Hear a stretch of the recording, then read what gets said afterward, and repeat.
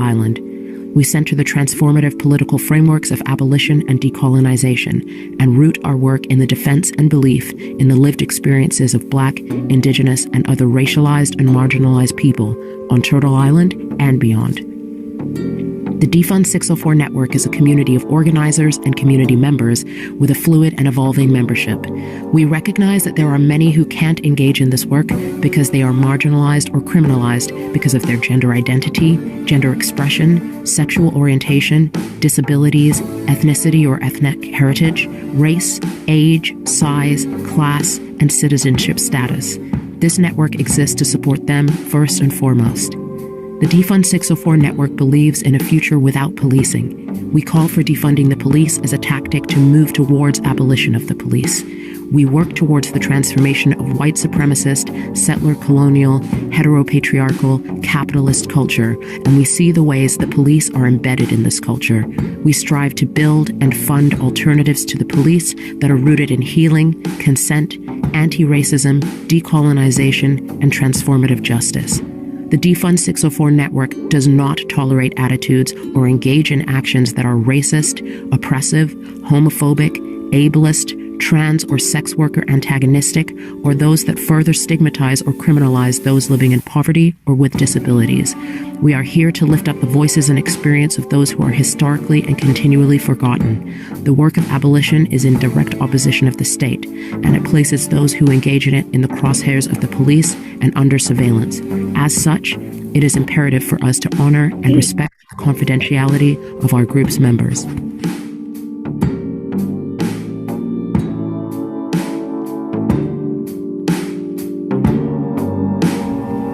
The Defund 604 Network Community Agreements, aiming for braver space. We acknowledge that we are going to make mistakes in this work and that conflict is a necessary part of any process.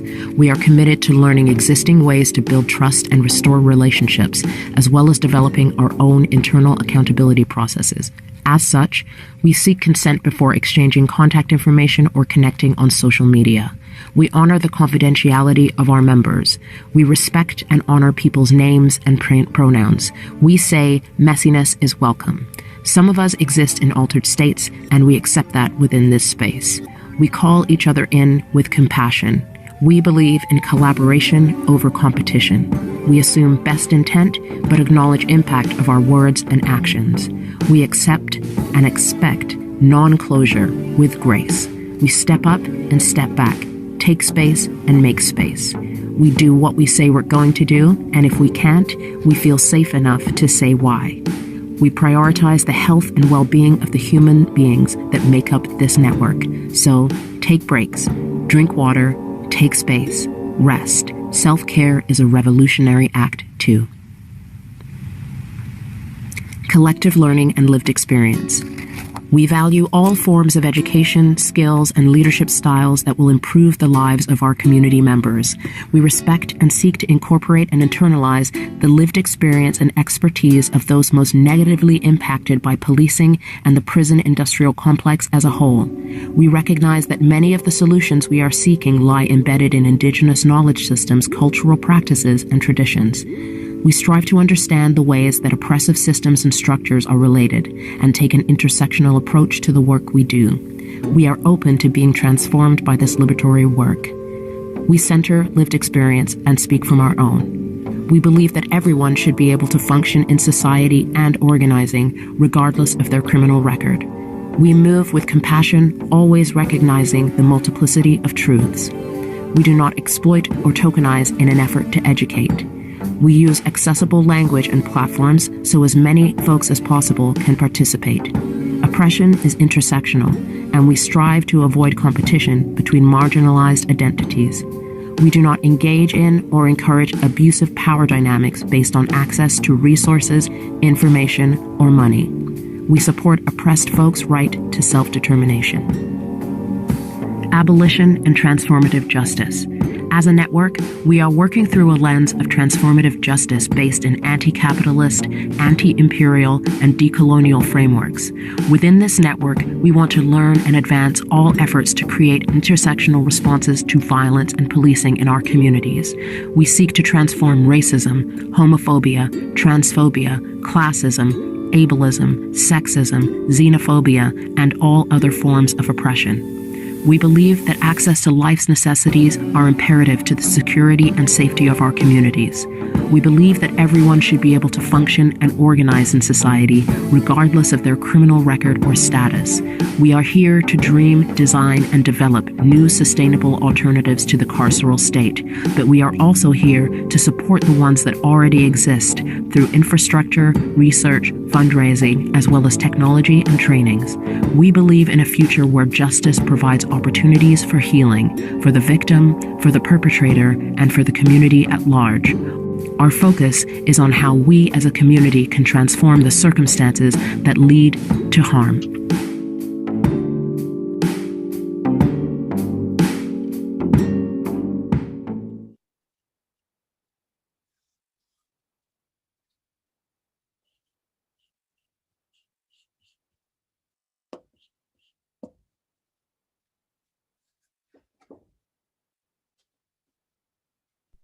The Defund 604 network was created on the unceded ancestral territories of the Musqueam, Squamish, and Tsleil-Waututh First Nations, otherwise known as Vancouver. Canada as we know it is a settler colonial state, founded using the deceptive and racist doctrine of discovery and the concept of terra nullius. We reject the ongoing efforts of the colonial state of Canada to use its violence to control and disenfranchise all residents of Turtle Island. We center the transformative political frameworks of abolition and decolonization, and root our work in the defense and belief in the lived experiences of Black, Indigenous, and other racialized and marginalized people on Turtle Island and beyond. The Defund 604 network is a community of organizers and community members with a fluid and evolving membership.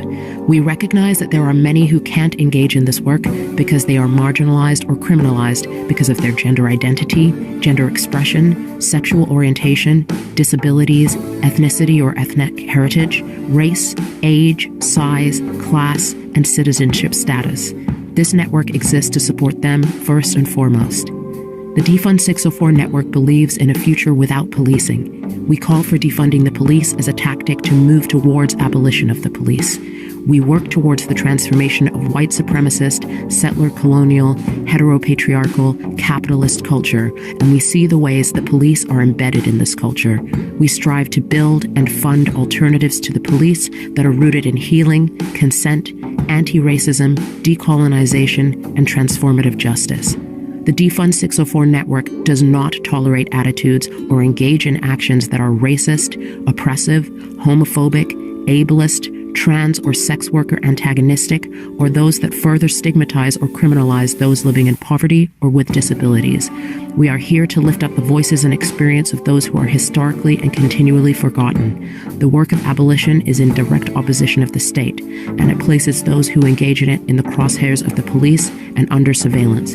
As such, it is imperative for us to honor and respect the confidentiality of our group's members.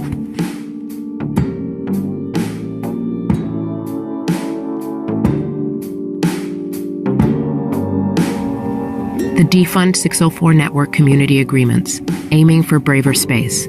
We acknowledge that we are going to make mistakes in this work and that conflict is a necessary part of any process. We are committed to learning existing ways to build trust and restore relationships, as well as developing our own internal accountability processes. As such, we seek consent before exchanging contact information or connecting on social media. We honor the confidentiality of our members. We respect and honor people's names and pronouns. We say messiness is welcome. Some of us exist in altered states, and we accept that within this space. We call each other in with compassion.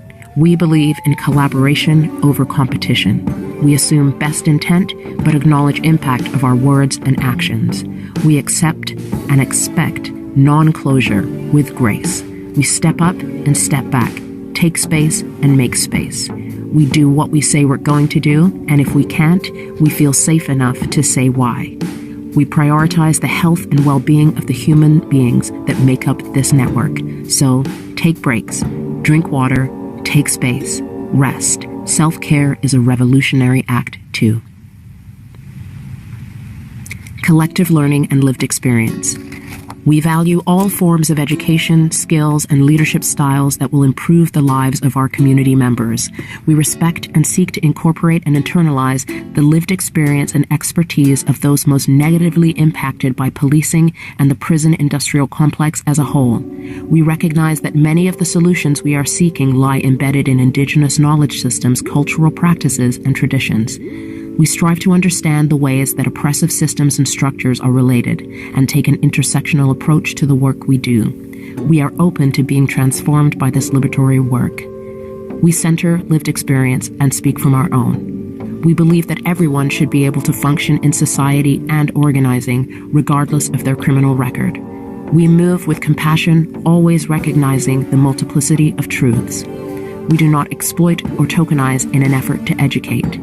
We use accessible language and platforms so as many folks as possible can participate. Oppression is intersectional, and we strive to avoid competition between marginalized identities. We do not engage in or encourage abusive power dynamics based on access to resources, information, or money. We support oppressed folks' right to self-determination.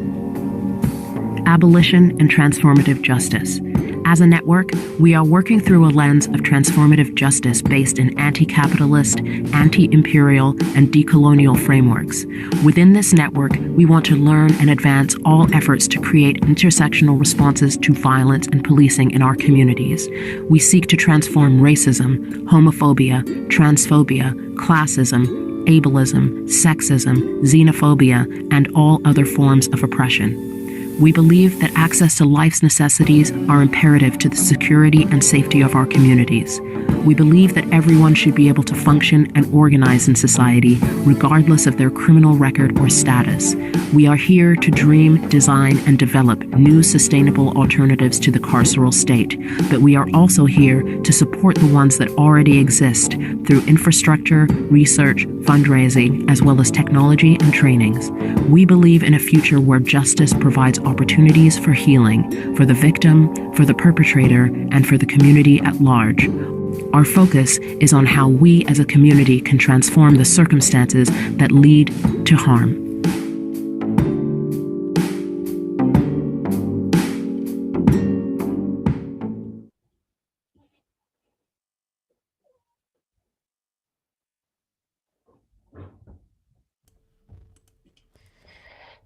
Good afternoon, human beings of planet Earth. My name is Tonye Aganaba, and I am going to be your host with the most today.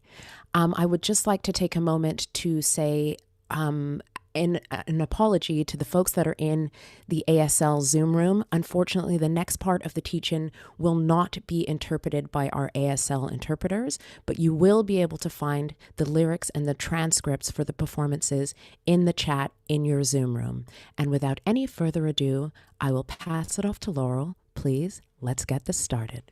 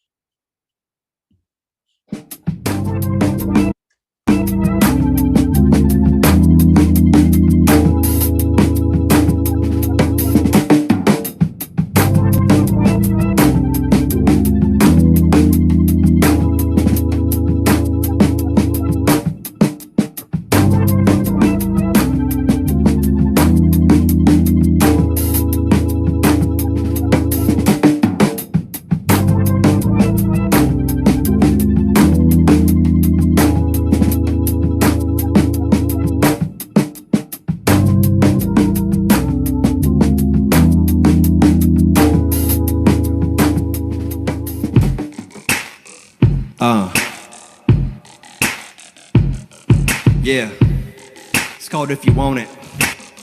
Check it. It goes like this. If you want it, you want it, and if you got it, you got it. But don't turn around and cry if you already bought it. There's no receipts or returns or refunds or exchange, and I don't really care if that's strange.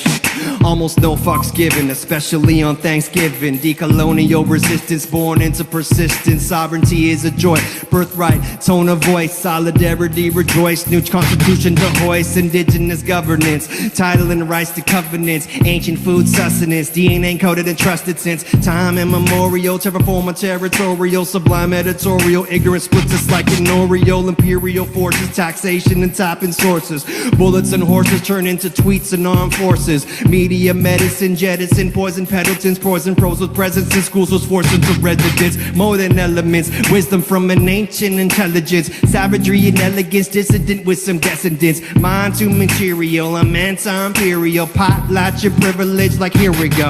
And if you want it, you want it, and if you got it, you got it. But don't turn around and cry if you already bought it. There's no receipts or returns or refunds or exchange, and I don't really care if that's strange.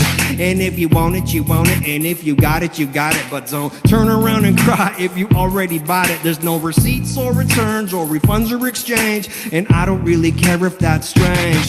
They call me chief of the galaxy, back to reality. Lunar feather gravity, flow with me till it's tragedy. 10 little Indians are with them little kids and friends, tearing up the lid and then shudder like obsidian. The savages with passages, no matter what the tactic is. Ravaging this activist, agents aiming at activists. Tight when we hit again and fill it with adrenaline. Tight press, send again, y'all groggy like some Benylin. A Van City veteran, never was a letterman. Prom pics expectorant, a deadly verse sectorant. Deliver it efficiently with great day sufficiency. Deliver it deliberately, great day sufficiency. I dabble in destruction, it doubles as an instruction. Rappers is only suction and only an interruption. We always up to something in gaming, I'm with this gumption. The baseline just keep on bumping, assassinating assumptions. If you want it, you want it, and if you got it, you got it. But don't turn around and cry if you already got it. There's no receipts or returns or refunds or exchange, and I don't really care if that's strange.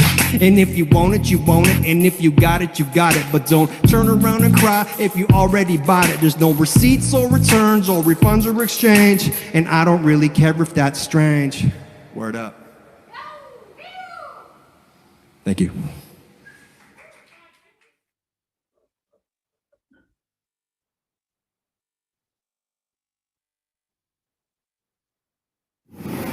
The greyhound quality of love kept in the loop.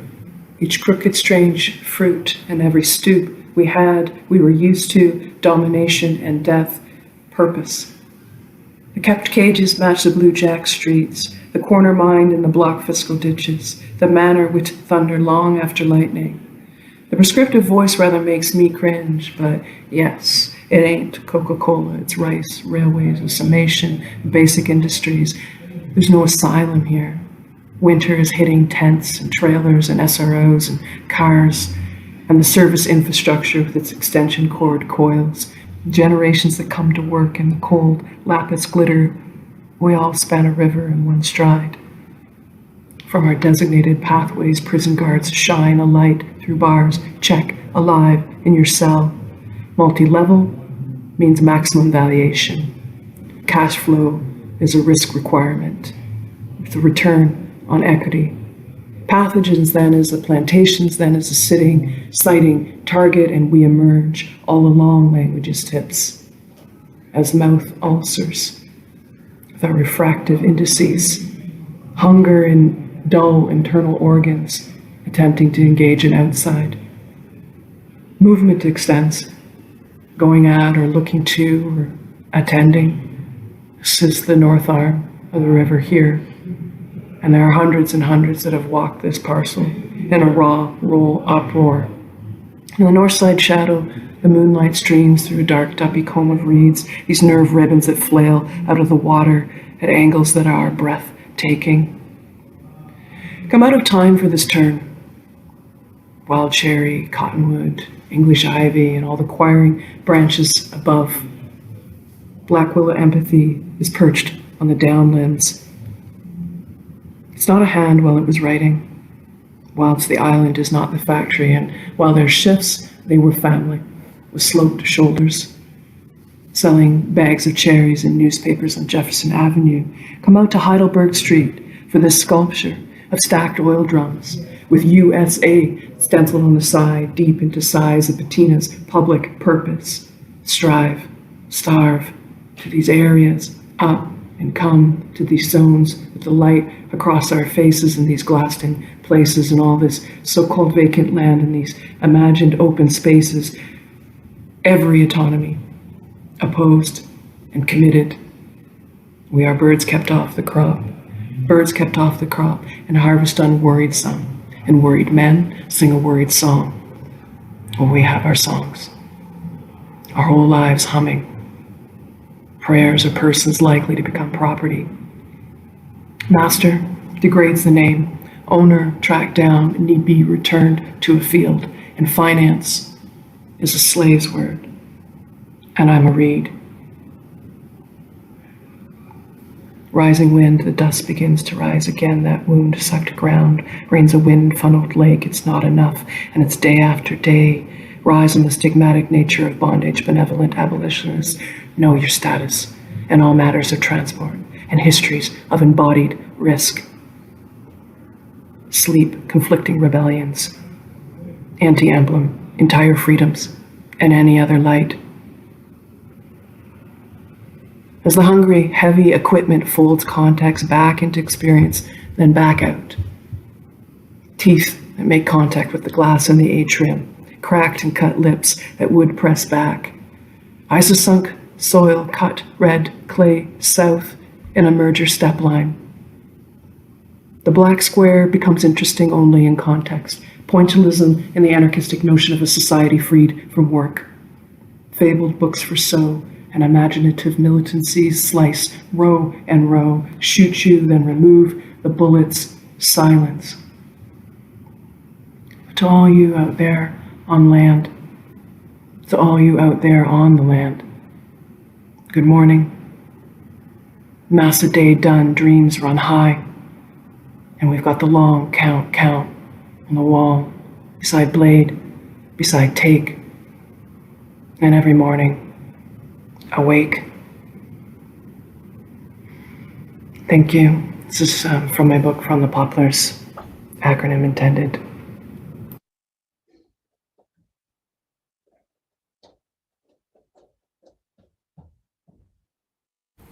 Hi, I'm Jeff Berner, and I'm proud to support the Defund 604 network and their efforts to defund the police. Let's hope it leads to one day abolishing the police. Here's a song about the police. It's an old Jewish song that I've renovated into English called Deloi Polizei, or Fuck the Police. I played a lot of places. I'll play them all again. Everywhere I go, I hear the same old thing again. Somebody dies in police custody. Soon there are questions from the family. At first the situation makes those lawmen look so filthy. And they investigate themselves, and it turns out that they're not guilty. Hey, Taloi Polizei means the same thing now as yesterday. Out of your houses into the streets, everybody say, fuck the police. Ian Bush's parents didn't know he was a killer when Constable Kessler picked him up for having an open can of Miller. The video at the station house somehow got erased, but the bull was there so we can know exactly what took place. He said the boy jumped on his back, but the cop was quick instead. Said he reached around and shot him right in the back of the head. Constable Kessler would not demonstrate just how this thing was done. If you think that it's impossible, then the coroner's not alone. Hey, Taloi Polizei means the same thing now as yesterday. Out of your houses into the streets, everybody say, fuck the police. Well, there must be something magic free down in those holding cells, 'cause there's stuff that happens there that just don't happen nowhere else. Healthy people dying from a sudden heart attack, men who hang themselves with their hands tied behind their back. Oh, there's lots of good and brave police, that must be true, I guess. It's brave to work with a murderer sipping coffee by your desk. Oh, hey, hey, talor police means the same thing now as yesterday. Out of your houses, into the streets, everybody say, fuck the police. Thanks very much, and best of luck to the Defund 604 network.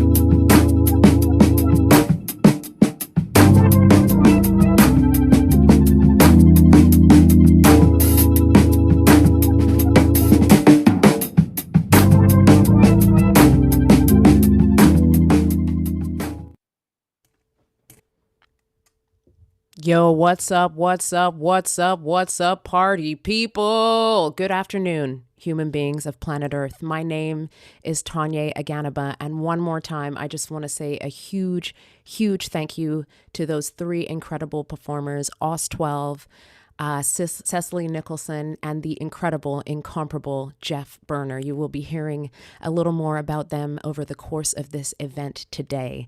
If you are watching via YouTube, their links have already been dropped in the chat. Please make sure that you follow and support their work.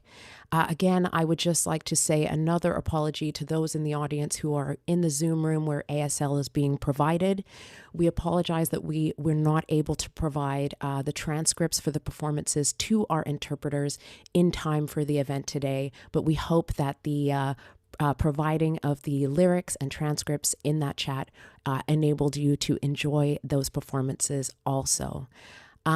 Before we get it really kicked off today, I would just like to say I am joining you today from the unceded ancestral territories of the Musqueam, Squamish, and Tsleil-Waututh First Nation. Specifically, I live within the consultation boundary of the Tsleil-Waututh First Nation. So I want to send my special thanks to them for protecting me, protecting my neighborhood, and for making sure that the Trans Mountain Pipeline never gets built.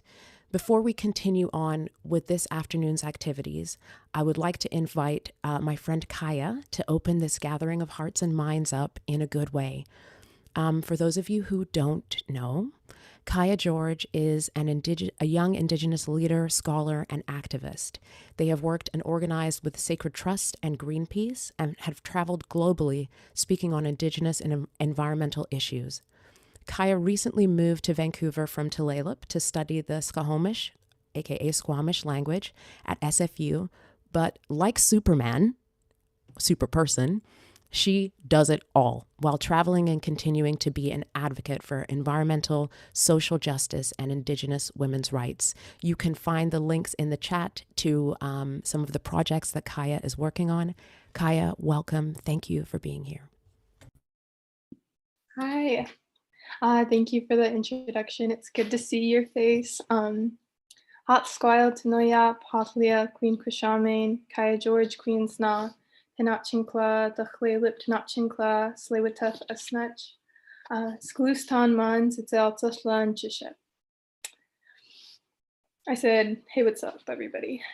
I'm just kidding. That was a formal introduction in my traditional Squamish language. My traditional name is Halia. My name is Kaya George. I come from the Tsleil-Waututh Nation and Tulalip tribes. And my father is Skulus and my mother is Sitsayalsa. And it's good to be here today. And one thing I'm really proud to have learned my Squamish language. And something that I learned not that long ago is that I've always known this, there's a really large diversity of languages in the Pacific Southwest Canada, Northwest of the United States. The Coast Salish peoples have hundreds and hundreds of languages. And there's trade languages in between as well, but it wasn't uncommon to know 5 or 6 languages for a lot of the people. And I wondered why that was. And I was like, that's so interesting. There's such a diversity of it. And I was told that it's because it was very anti-imperialist. People were allowed to speak their own language, and they were allowed to have their own culture and live independently of one another without anybody forcing their language or ways onto the other. And that's what it was tied to, and that's why there are so many languages. So I thought that was really cool, and that was really beautiful that we could live.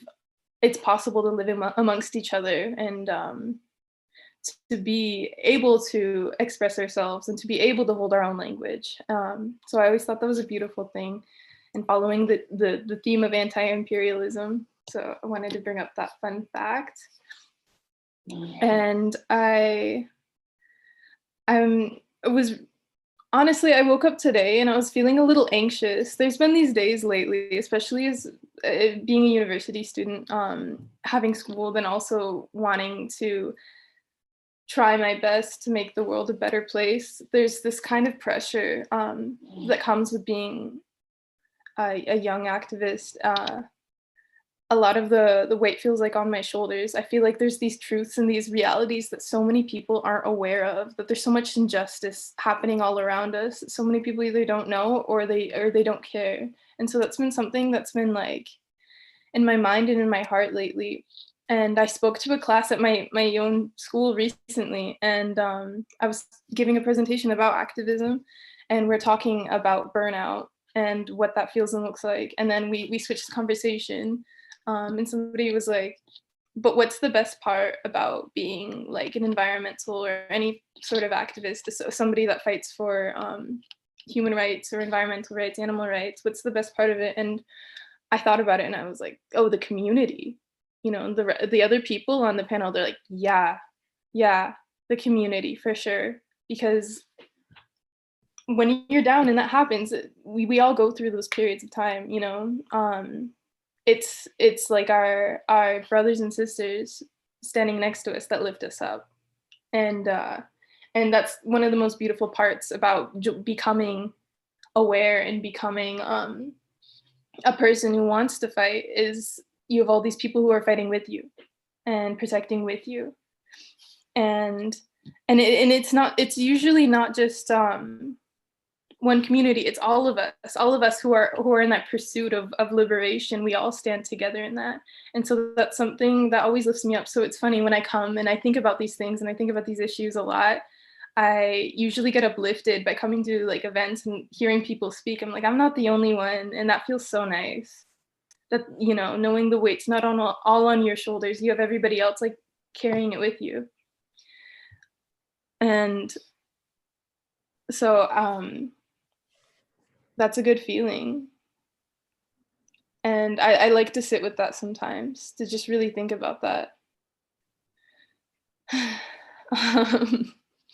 apologize. Today was kind of heavy, but it's really good to be here. And I'm really honored to welcome all of you here, wherever you're at, to the traditional homelands of the Musqueam, Tsleil-Waututh, and Squamish nations, my traditional ancestral territories.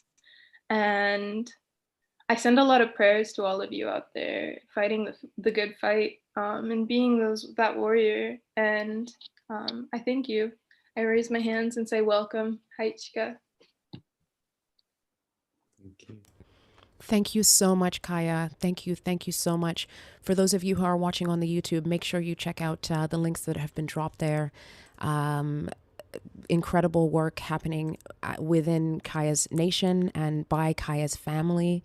And if you can support in any way, please do that. TWNsacredtrust.ca. Kaya, I love you. You're a super person. Thank you so much for being here. Okay, so let's get into it. This is the Defund 604 Network, Defund the Police teach-in.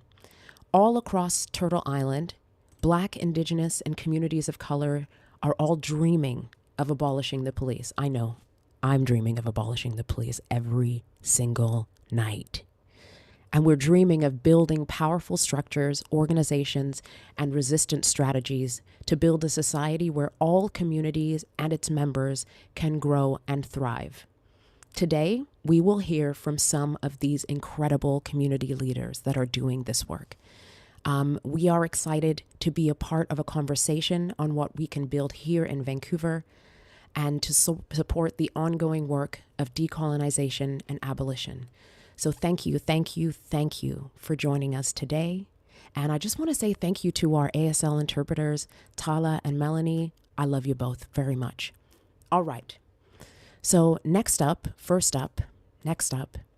we have Desmond Cole, author, journalist, and activist based in the traditional territory of the Mississaugas of the Credit, the Anishinaabe, the Chippewa, the Haudenosaunee, I can't pronounce this one. Haudenosaunee. Thank you, Haudenosaunee, and the Wendat peoples covered by Treaty 13 with the Mississaugas of the Credit, aka Toronto. Desmond's work has received national attention and acclaim, but not without great sacrifice. Hopefully you'll tell us a little bit about that today. Desmond continues organizing and agitating, fighting the racist and illegal process of police carding, aka street checks if you live in Vancouver, racial discrimination, and the systemic racism that feeds it. And of course, is an advocate for defunding the police. Cop his book, The Skin We're In, A Year of Black Resistance and Power. It changed the game for me this year. Desmond, you changed my life. It came out in January of this year, and it just won the $10,000 2020 Toronto Book Award. So if you could lend me $50 after this, that would be great. You can also check Desmond in the CBC documentary, The Skin We're In. Next up, Desmond Cole. Tonye, I've got at least 100 for you, I promise. And I love you so much. I'm going to take those. And thank you so much for the opportunity to be here. I'm feeling a lot of things today. I'm very humbled to be with you, though, and humbled to be with the other presenters that I'm really looking forward to hearing and learning from. I just wanted to talk a little bit in the time that I have about what I've been seeing and in some cases participating in, witnessing here in Toronto, as far as the struggles here with, defund, disarm, dismantle, abolish. Like, I've got it in my head because I've been around so many people who've been like chanting lately, you know what I mean? But there's been a lot happening. And I guess I just wanted to generally say that what I'm seeing that is really beautiful and is effective in my perspective, and that is like really helping us to move these conversations forward, is the way that people are doing very targeted, local, hyper local, on the neighborhood level, and within like cities and municipalities, counties, your local jurisdictions. The work that's just being done there, I think, is like what I'm really interested in. Obviously, federal and provincial in Canada governments contribute hugely to the resources that police have and to the legal authority that they are using to kill us. And I definitely believe that we always have to orient ourselves to know that first, right? To know that the state is giving legal authority for our murder, and that's on the books. And so there are places at the legislative level, federally and provincially, that we need to struggle and that we need to fight.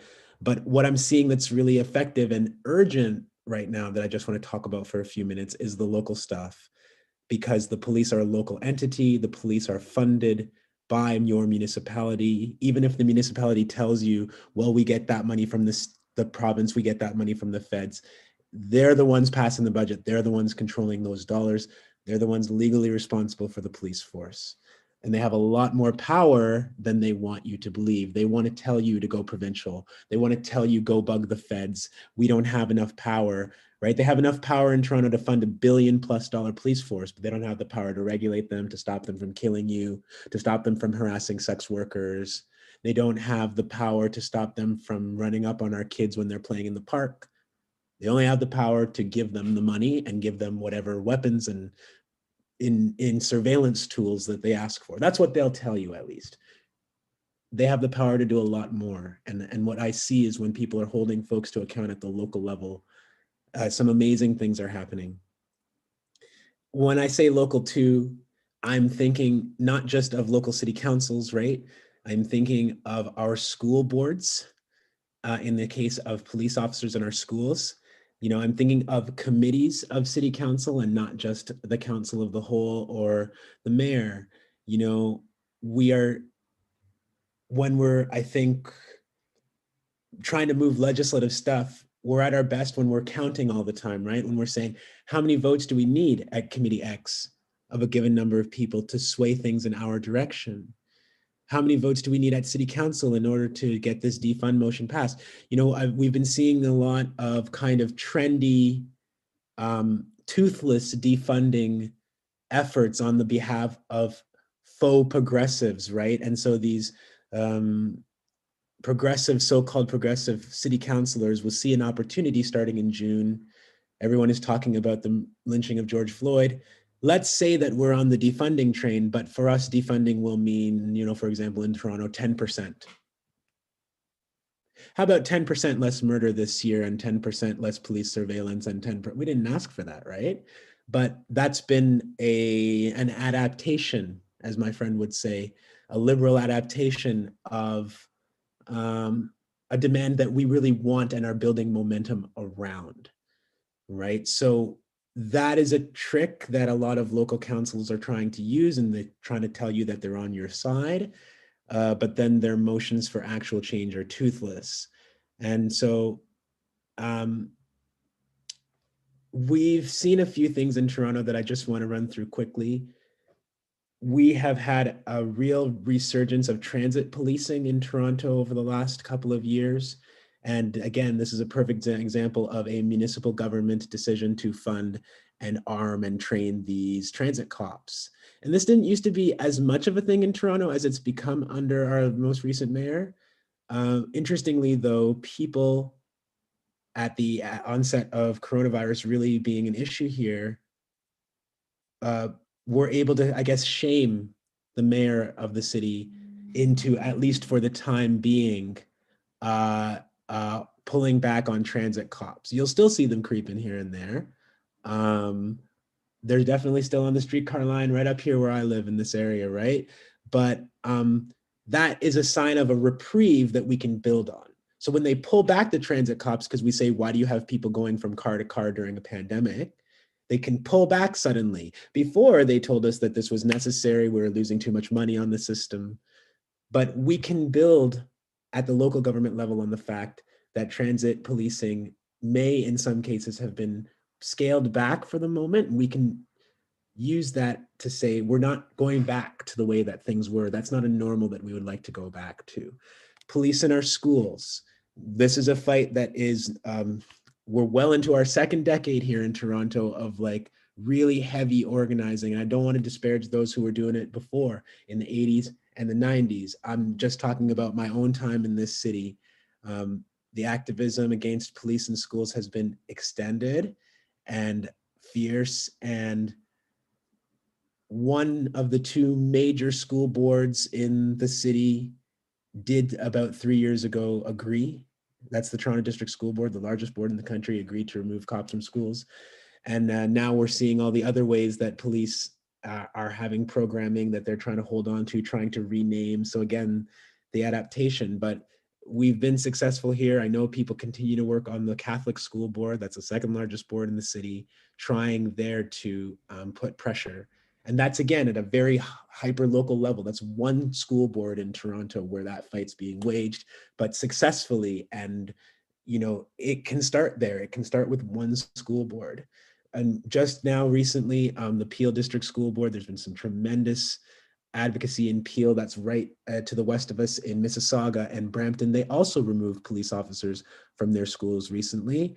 The Black folks out there are fed up, and we're seeing some organizing in Peel that I have, again, not seen in my time in the GTA, from that part of the GTA. It's an incredible thing. We do continue to fight police budgets, as I mentioned, and ours continues to go up.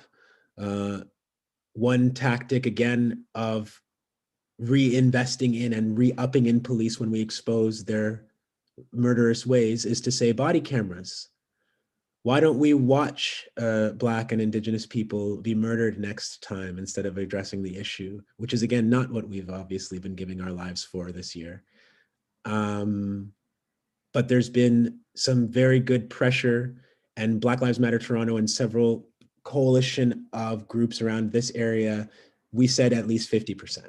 That was what folks set it at. And again, politicians try to tell us that the things that we need to live are not reasonable. And I think we just have to blow past that.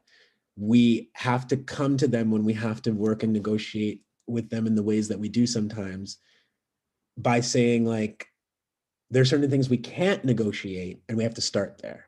And if we can't start there with you, well, we're going to be outside your constituency office. We're going to be at your public events. We're going to be going door to door in our communities, reminding people that you're not keeping up to what we're asking you to do.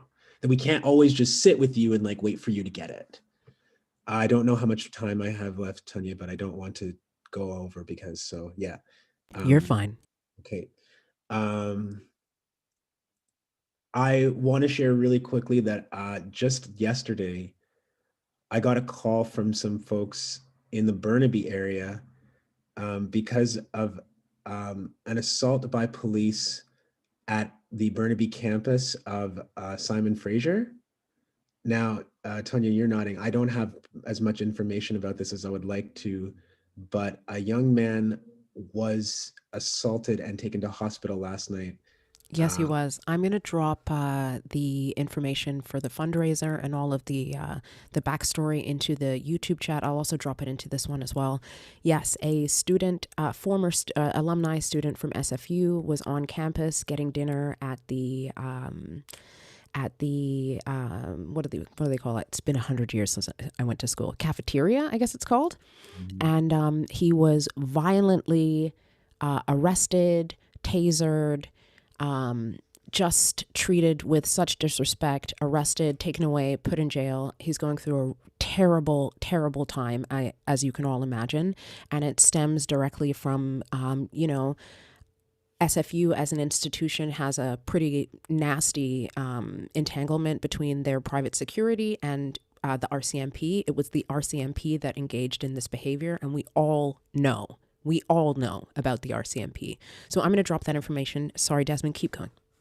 No, I really thank you for that, because I do want to use a moment here to just let folks know that that's happening. And that ties into another struggle that I've been seeing happening here at places like Ryerson University, where students continue to struggle specifically to get cops off of campus, to get security and these murderous paramilitary forces off of our campuses, which again is hyper local, and students are doing really great work. There's been students at University of Windsor organizing against any number of racist aggressions, and even a group of, a fraternity that was just doing some really scary stuff, saying some really scary stuff in their chat about arming themselves. And it was very racist, disgusting, homophobic, kind of like, and so Black students are organizing against that and are going right to the local administrations and right to these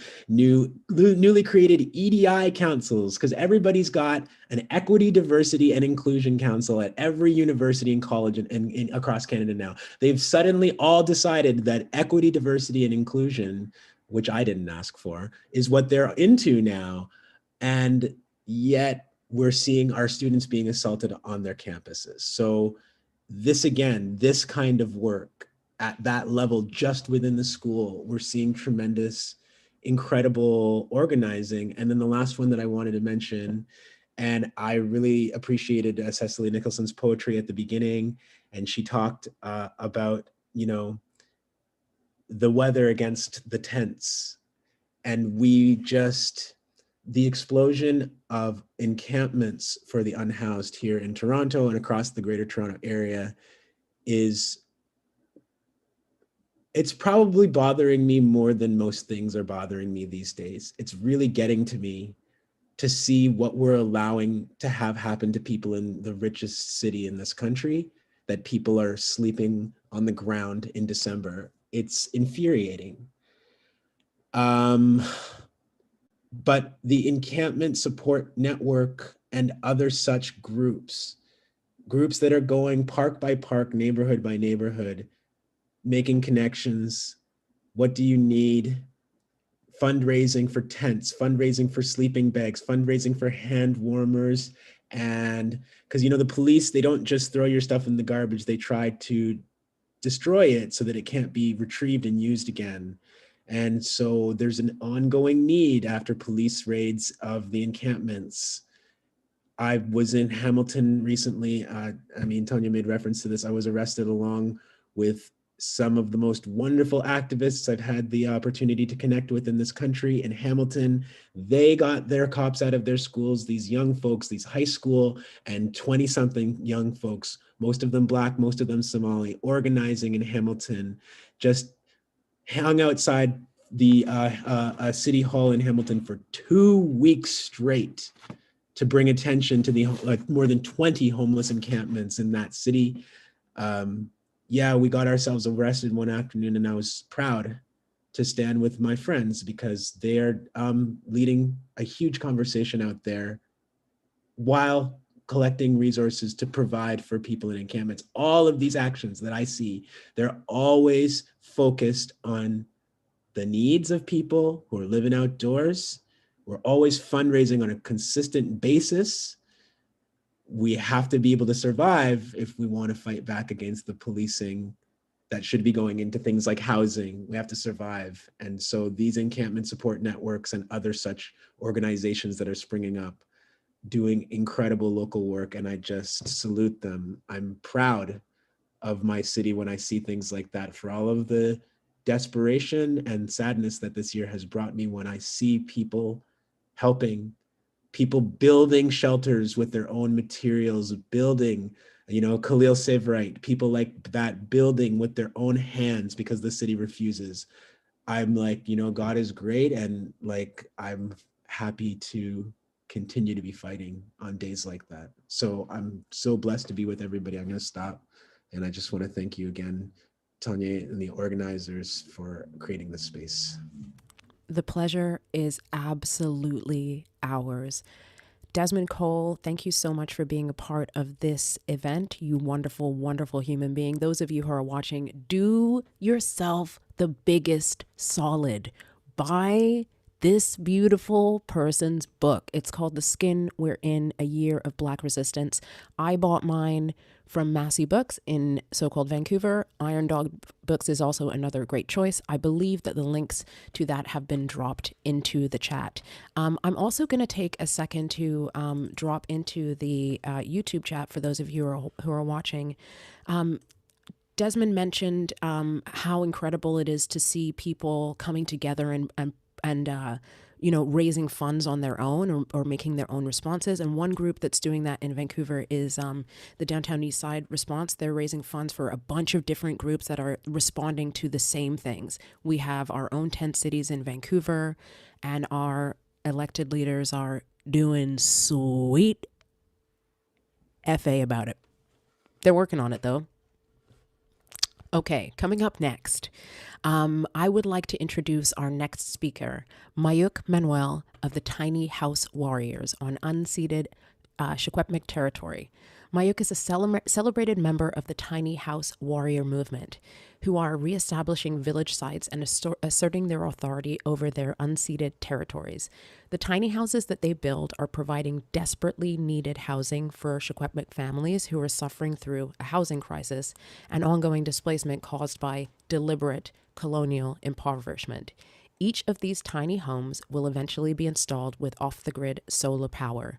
The criminalization of tiny house warriors is constant. We see videos all the time, and it's horrifying.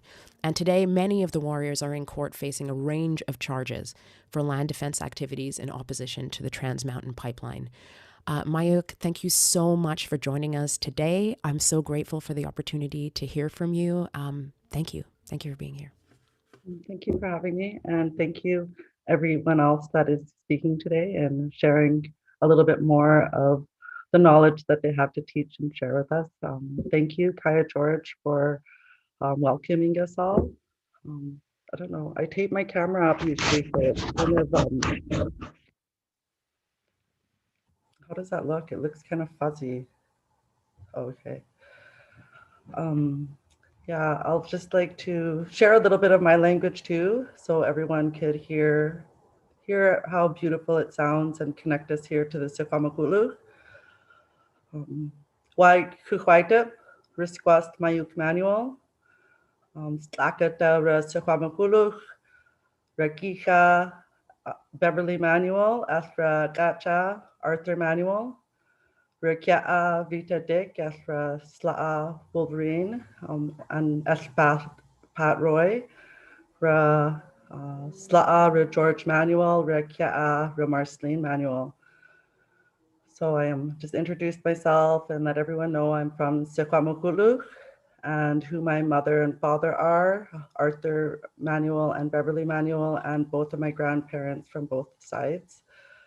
And we do that to call them forward, to call them to be with us, witness what we have to share with the people. I would like to also reiterate what Kaya said about our language. I come from the same language family that Kaya does. We're Salish altogether. There's the Coast Salish and then the interior Salish of so-called BC. Our language is tied to the land. In fact, one of the words that we share amongst hundreds of nations is the word Demiuch, which means land. And so you'd hear that all the way down to Colorado, all the way down to the interior part of the country and down, you'll hear that word Demiuch. You'll hear different variations of that word. And that's where our land flows from, which is the Demiuch, the land. And that's what I'm here to talk about today, is to talk about the land and talk about our struggle here, fighting for our land and respect of our title to the land and our sovereignty, our self-determination, our right to choose our own political leaders, to choose our own political organization and structure, and also formulate our own political relations, which we are doing here, discussing all of our struggle on the land here to be self-determinant peoples. So like what was introduced before, I'm a part of the Tiny House Warriors. I'm also Sekwamu, and I'm a part of the Sekwamu Women Warriors. When we established the Tiny House Warriors, we did so because we knew that we needed a brand that set us apart, because we're from a communications era and an information age, to make it simple for people to connect with us and join our movement.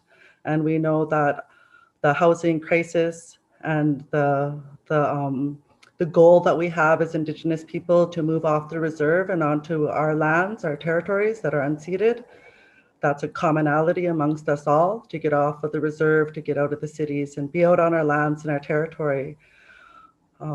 Unfortunately, when we do that, we are confronted by colonization. We're confronted by the genocidal forces that control our land. I guess before I get too far started, I do want to take this time to introduce two books that my father wrote, and they're really important to learn about the land issue and our fight with the government. And this book is Unsettling Canada, A National Wake-Up Call. And his book that we got published after he had passed away, and that's the Reconciliation Manifesto, Recovering the Land and Rebuilding the Economy. Those two books are really important for anyone to read, to understand the Indigenous struggle here in Canada, and it's relevant to the States too, although that he touches on Canadian politics, it's relevant to the States as well. One of the first things that I'd like to talk about is the type of policing that they've set up for us fighting the pipeline. It was in 2017, the RCMP established the Community Industry Response Group, and that was the same year that we established the Tiny House Warriors, was in 2017, although we didn't get out onto the land with the tiny houses till another year had passed, so 2018. And in 2018, that's the first incident we had with the Community Industry Response Group, CIRG. They actually came and they raided our camp at the Clearwater at the North Thompson Provincial Park, where we had established and reoccupied back our old village site, and had a tattoo gathering. My sister Kanahus and a lot of other Indigenous tattoo artists were there doing hand poke tattoos, bringing back and reviving that. And so all of those who were going to make the stand with us to go back out onto the land, we all received our hand poke tattoos. And I had a dream of this one before the tattoo gathering. And this is the one that I got at the tattoo gathering right before the raid. And this was done by a LA tattoo artist that drove up with his family. And his what this means is right here where you see the steps, like they're like stairs. Those are wormwood. That's the symbol of wormwood, one of our medicines. And what you see right here in the middle, that's the morning star. And that's coming from my throat, and that's a protection for me. Those steps and that wormwood, that's protection. And so I spent a lot of years just parenting my children. And so when I actually went up onto the land and we went there to the tattoo gathering, my sons, they're adult sons now, so they're out of the house, which was a big step for me. So it was a part of my empty nest. How am I going to get through this? And so going out on the land was a part of reclaiming back something that's always been a part of my life, fighting for the land. And so I made that commitment to keep on talking instead of taking the time. I took a lot of time of practicing quietness, which is one of our Secwepemc laws, is quietness. And as a young person, we were really vocal, and I was really vocal in my young years, but I did take those times to be quiet and reflect upon my teachings and listen to my sons and the next generations coming up. So I just wanted to share that. That's really special. That was when we occupied our land. We took it back. And so the CIRG, not too long after that tattoo, the CIRG came in 2 days after that, and they raided the camp and they evicted all of us. They arrested my twin sister, Kanahus, and they put her in jail and released her that day. But the most important thing is they moved our tiny houses. They forced us to move the tiny houses to avoid arrest. We moved them. And from there, we moved them to Blue River, where we established a village. The village is still there in Blue River. This village in Blue River is under surveillance. It's under constant surveillance and harassment by the CIRG. So they drive by every day and they document. There's some documents that we actually went into court and we fought to get some documents unredacted that we received from the Information Act. So we had some Trans Mountain security documents, and they were nearly all redacted. So during one of our trials, we went in there to force them to unredact them. They did. We won that hearing, but we didn't get to see what was written under it. The judge was able to see it. We didn't actually get to see all of that. But within those documents, we saw that Trans Mountain Security is also actively surveilling us. And they've witnessed several violent acts against Indigenous women at the Tiny House Warrior Village, and they wrote and accounted them, didn't interfere, didn't phone any authorities by seeing this violence. They just watched it, documented it, and continued on the way.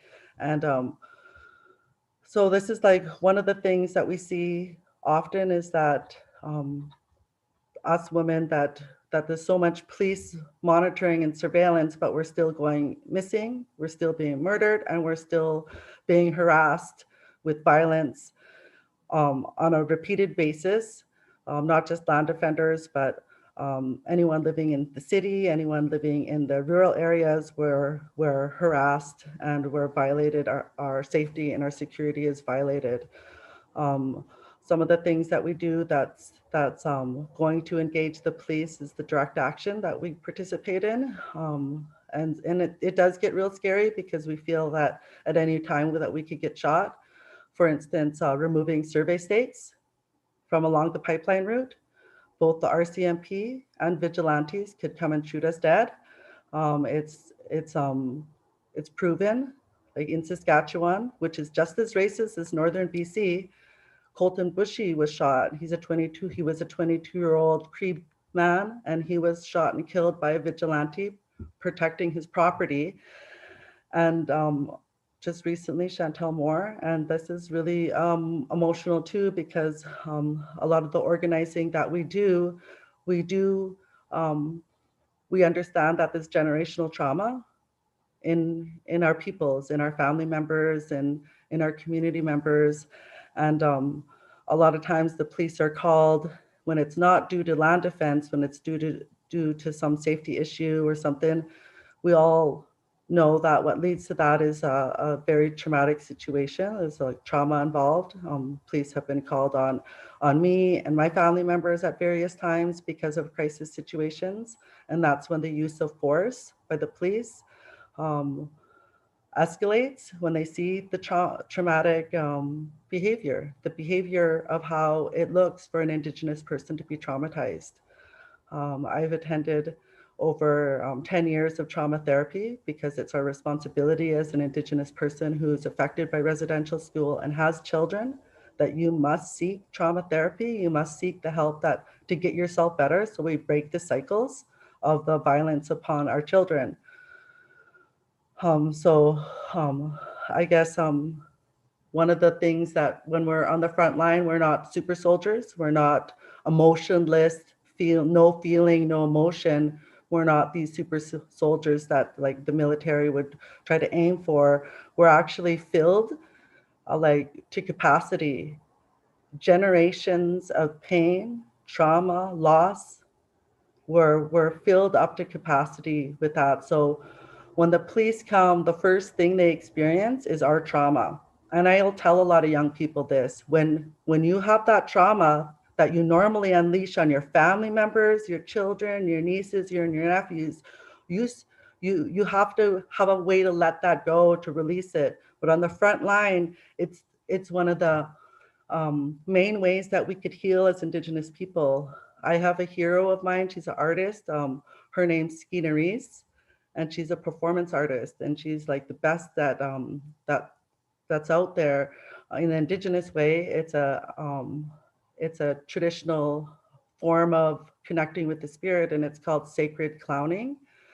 And I believe in that, and I use that, and I tap into that in the front line. So what that means is that because of that trauma and because that you're connected to it, it never ever really goes away. You could alleviate it in some ways and replace it with in some ways, but it's there with you.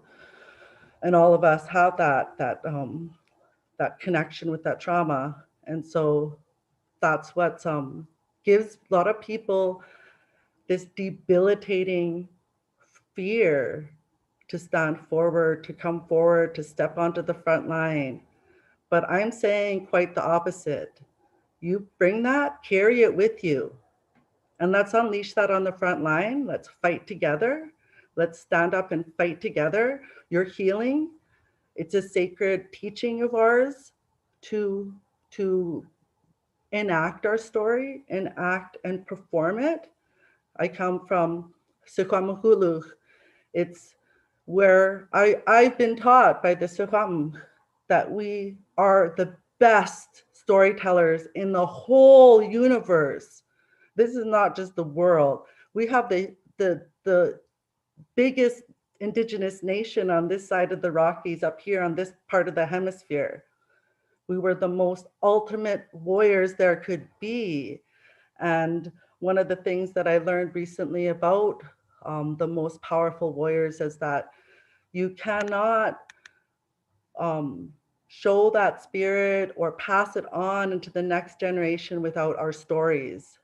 Our war stories are very crucial to who we are. And that's what I believe about our interactions with the police. No interaction and no violation is too small to be acknowledged. Everyone out there, doesn't matter where you stand in your class structure or money, or if you're if you look like me in this area, you're going to be targeted. You're going to be targeted. If you have your tattoos, you're going to be targeted.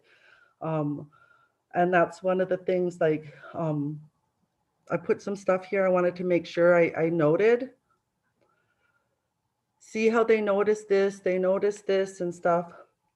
These are the type of words they talk about against this. They say lethal overwatch, as much violence towards the gate as you want in order to remove the roadblock, sterilizing the site, media exclusion zone. Like, these are some of the words that the police that you use at us. And we're artists, we're mothers, we're land defenders, we're berry pickers, we're fishermen, but we're not soldiers. And they're coming at us with this. And I actually put a lot of thinking in just recently because of this talk about my grandfather, the Wolverine, and he was the elder at the Gustavson Lake standoff where there was a 31-day siege against our peoples there. There was like nearly 500 officers, maybe more, that not on site, but there was nearly 500 officers. There was not even 20 of Indigenous people there, and Indigenous and non-Indigenous people there holding the ground for the good spirits to come in. And the military was called in, the RCMP, there was landmines, concussion grenades, there was APCs, there was 50 caliber machine guns, all for my people, my family members. I had a cousin in there that was 14 or 15 at the time. I had other cousins in there. And this is the type of violence we don't want to see happen again. It didn't scare us from moving ahead, but it helped us with our strategy. It's not only the Gustavson Lake standoff our people have went up against. We've fought numerous different developments in our sacred mountains and where we got experience with the police. So one of the things that we do, I know tent cities have to handle this different, but in our village, we don't engage or talk to the police. We actually, when the police go by, in order for everyone to know that the police are present, like driving by, they don't come up to our barricade much or anymore, but they'll just drive by. Someone yells out, "Fuck the police." Then everyone says, "Okay, fuck the police." Then everyone knows. It goes on and on. You could hear it within our earshot. Okay, police are driving by. We don't. Some of the people that come, like one of the first people that came in Clearwater was a young Indigenous man that was used to engaging with the police, engaging with the Native liaison police, but we don't do that in any way, shape, or form. We say, "Fuck you, police, get out of here, you're not wanted here." Wherever there's RCMP here, it's dangerous for the people, it's unsafe. And over time at the village, we end up establishing what we call a Sefam safe zone. And we've seen this up in the Arctic in protecting the caribou, because they had to assert their own jurisdiction in fighting for the protection of their caribou and their hunting grounds. So here, this is what we call a Sefam safe zone at the Blue River Village of the Tiny House Warriors.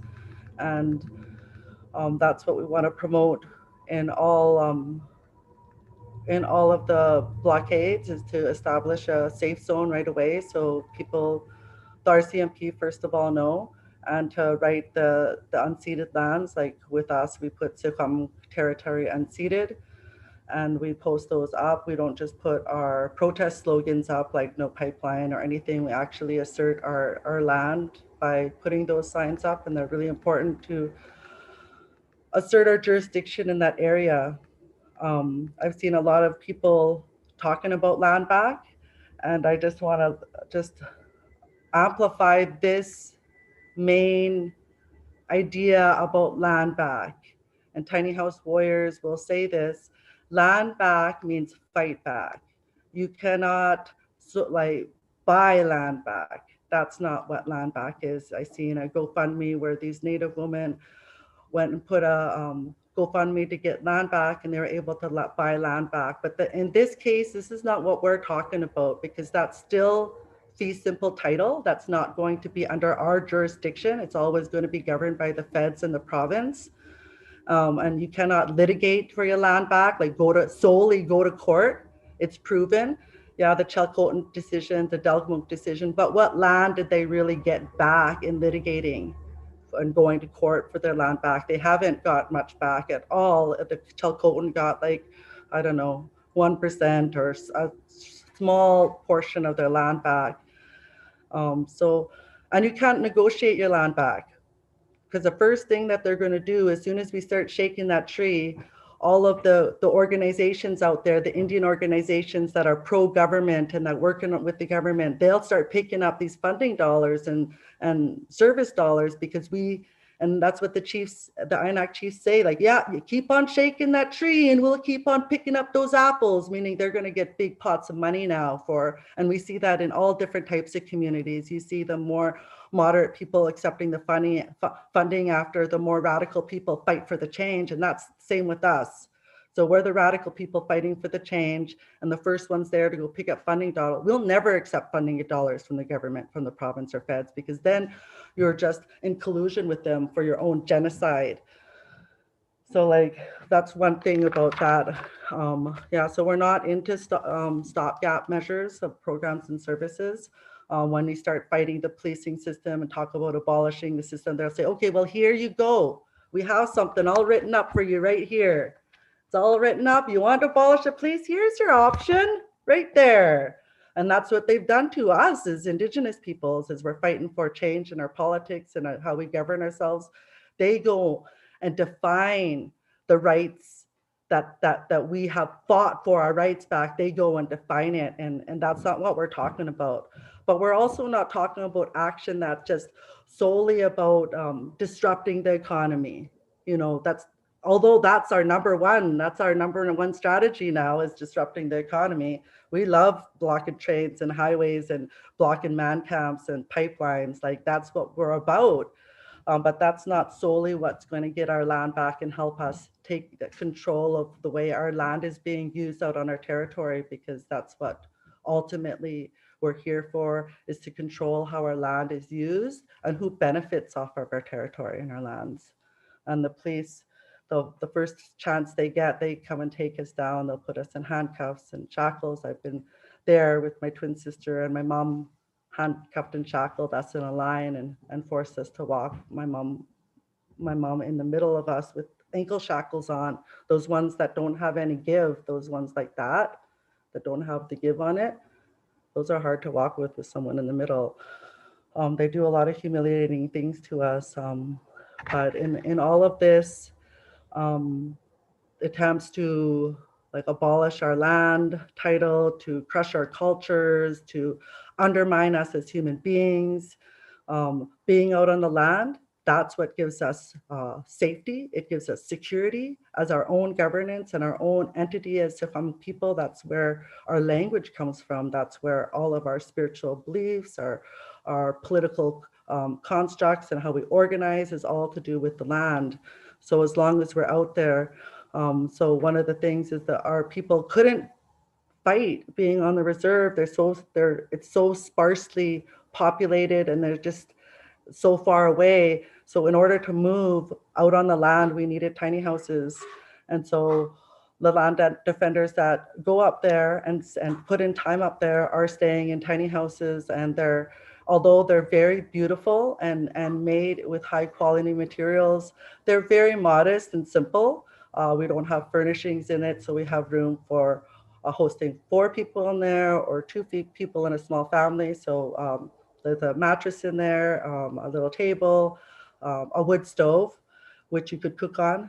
And you could bring your own tables in there and if whatever furnishings you want. But a lot of Native people like it really sparse with just their desk and little kitchen area and stuff.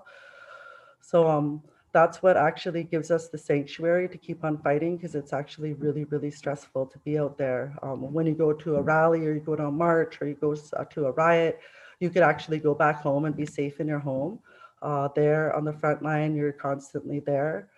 The police are constantly present. There's vigilante and white supremacists that go there on a constant basis, especially Friday and Saturday nights. We're forced to do our own safety checks because there's no way that we'll phone the police. And even when our truck was stolen and rammed into one of the tiny houses, Kanahus was coached for almost a half a day or a day to that she did have to report that the truck was stolen and rammed into the house. She wouldn't even phone the police. Like, none of us wanted to phone the police. We had to get lawyers involved and all this just to call the police to report our truck was stolen and rammed into our house. But our houses are built like tanks, so it just compacted, but then it just left a little scratch. It didn't move or budge or anything. So we have some pretty heavy duty tanks protecting us there too. So those are the reasons why we wanted it, because it gets really stressful. This is actually, I'm going on my 3rd month down here, back down into the valley off the front line, and 2 months into it, I was still really traumatized because of the hypervigilance you have to have at all times there. It's not a vacation, although it's in the Rockies and it's so gorgeous and beautiful. That's what helps you get through it. It's just the amount of violence that comes to everybody there on a constant basis is a lot. And not only that, we have our security issues within our own group that limit the amount of people that we could ask for help and that we feel safe with. Once the numbers of women increase in the camp, just wanting everybody as a collective to feel safe. And so sometimes the numbers are limited because that's where the safety lies. Which we have no problem with, but we are building a new location. We're getting houses ready and getting our signs ready, getting all of our blockade materials ready for our new location. So we're looking forward to people supporting us on that and keeping their eyes on the front line to keep us safe when we make these next moves to move the next tiny houses to a new location.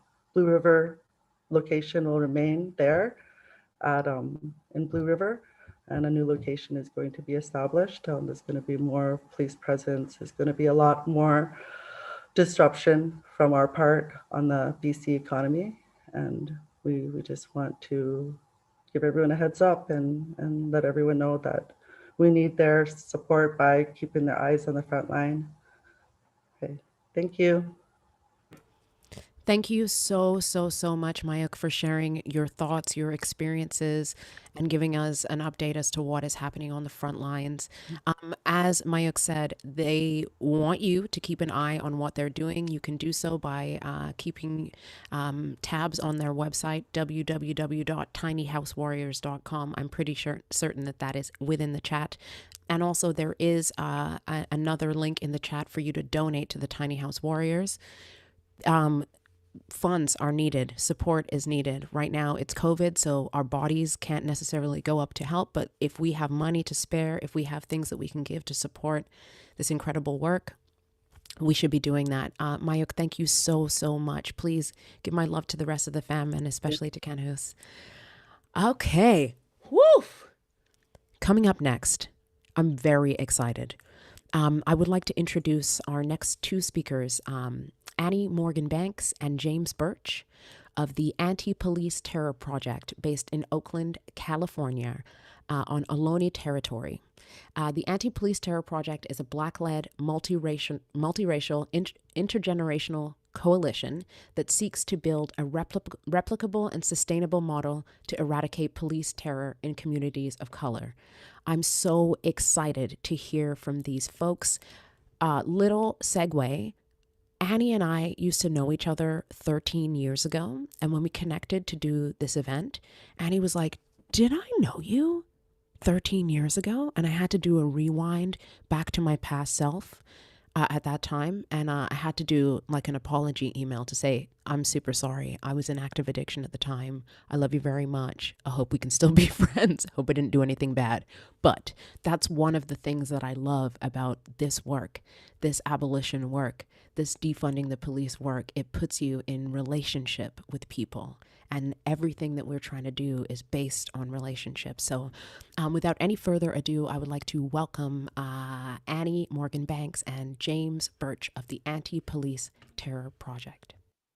Hello, and thank you so much, Tonye. Thanks to Tonye, to Kaya, and to all the presenters and performers earlier. Thank you to Mayuk and to Desmond, and I look forward to hearing Asantewaa coming behind me.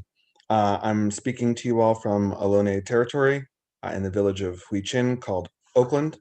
I'm planning to present today. I'm here with Annie and our little baby. This is Audrey. Little shy, just woke up from a nap. But I'm here. I'm going to talk to you about the Anti-Police Terror Project and about our Defund the Police campaign. Again, really appreciate the comments earlier, and I want to make sure that I address some of the things I heard Desmond speak about earlier, because I think being in Oakland working to defund the police and hearing some of the things coming out of Toronto, there's a lot of overlap. I'm going to try to share my screen right now. And do a quick presentation for everybody. Okay, as said, my name's James Burch. I use he, him pronouns. I'm the policy director for the Anti-Police Terror Project, and for the last 5 years, we've been running the Defund OPD campaign. Here's a little about APTP. In the interest of just keeping things moving, I'm not going to speak too much about who we are or what we do. I'll put our link to our website in the chat. But long story short, we're an organization that was founded in the wake of the murder of Oscar Grant, who was killed by Johannes Meserly at a BART station in Oakland just over a decade ago. And I think where we started after sorry, we have a baby little sad that they can't be on the Zoom right now because they love seeing community like was talked about. And unfortunately for them, Zoom has spent a lot of their time in community over COVID period.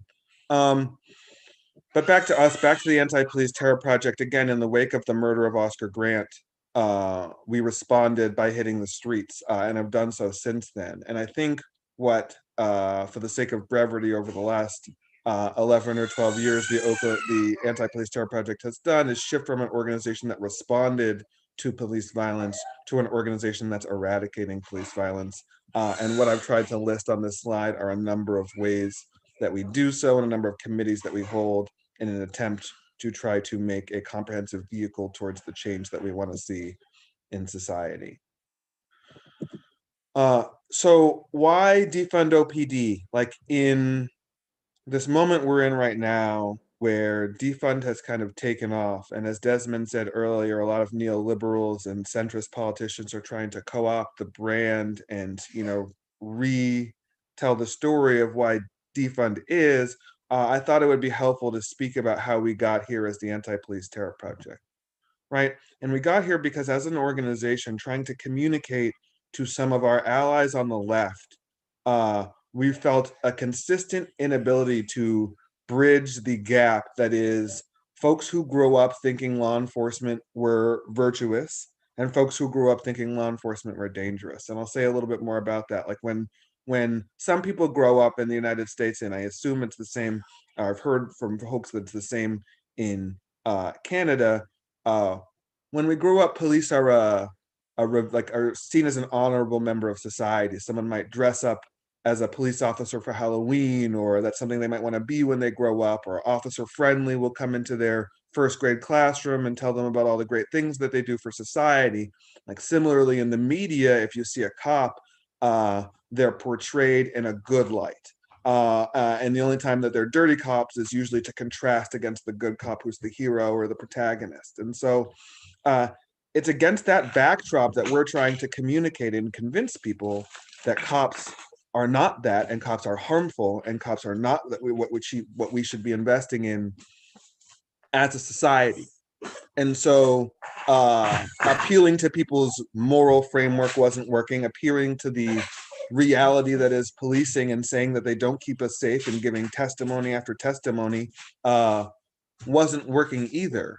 But what we found, and the theory behind defund is what does work, is framing the police in terms of what we're spending on them, right? As a method to communicate to folks that they're a system that isn't working, right? Because as a capitalist society, we found that a lot of people on the left, when we communicated through the lens of finance, of our budget, and saying that we consider the budget to be a moral document, and what we're spending on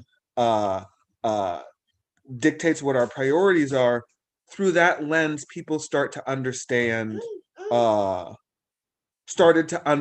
what policing is, and have started to lead us toward that moment. And so that's how the defund campaign was born. I will point to if you want a little more backdrop on what the United States looks like in terms of police spending, please look at that Freedom to Thrive report from the Center for Popular Democracy, because they really sum up what the funds look like in 10 or 15 major cities across the United States. Okay, for the interest. Okay, so here's a little more about what Oakland looks like, just to zoom in. And again, this is the problem that we're facing locally. And as Desmond said, it's important that when we're talking about defund and we're engaging in the defund fight, we focus on the local, right? And so this is ultimately, I show you this slide because this is the winning argument, or a winning argument, when it comes to why we need to defund the police, right? I think in the national level, it's been reduced to a philosophical argument, but practically in the city of Oakland, we spend more on policing than on the categories you see in this document combined, right? And in addition to that, we spend an additional $32 million, this year as the city of Oakland on unauthorized unauthorized budgeting, and another X million dollars in police settlements for their misconduct as well, right? So when we look at the complete lack of funding of infrastructure in our society, and again, to draw the parallel, as Desmond said, and similar here in the Bay Area, when we look at how many people are sleeping outside and how the explosion on the number of encampments that we have in the Bay Area, right? And then we realize, and we point to the fact that all of the money that we could be spending to solve this problem is wrapped up in the police department, right? We start to gain traction locally, right? And so just a little bit more on OPD's budget. I'm gonna push ahead a little bit here. But I think it's really important to understand this, and I harp on these points specifically because a lot of organizations and a lot of cities have started doing defund work in the past 4, 5, 6 months, which is great because it's needed everywhere, because police spending is out of control everywhere. I think one of the things that I would encourage folks to do is to shift their first target from the city itself, right, which is where I see folks engaging, which is where power is centralized, right, to the numerous potential allies on the left who don't yet understand defund and who therefore aren't politically aligned with defund, right? And I say this because this is what we've been doing in Oakland for the past 5 years, right? Is anytime we're talking about the budget in the city of Oakland, anytime we're talking about finances, about police spending, about any area where we need more spending, like where housing or to address gender-based violence, or any of the needs that are popping up as relevant right now in the city of Oakland, it's our job as Defund to contextualize them to contextualize the assertion that's being made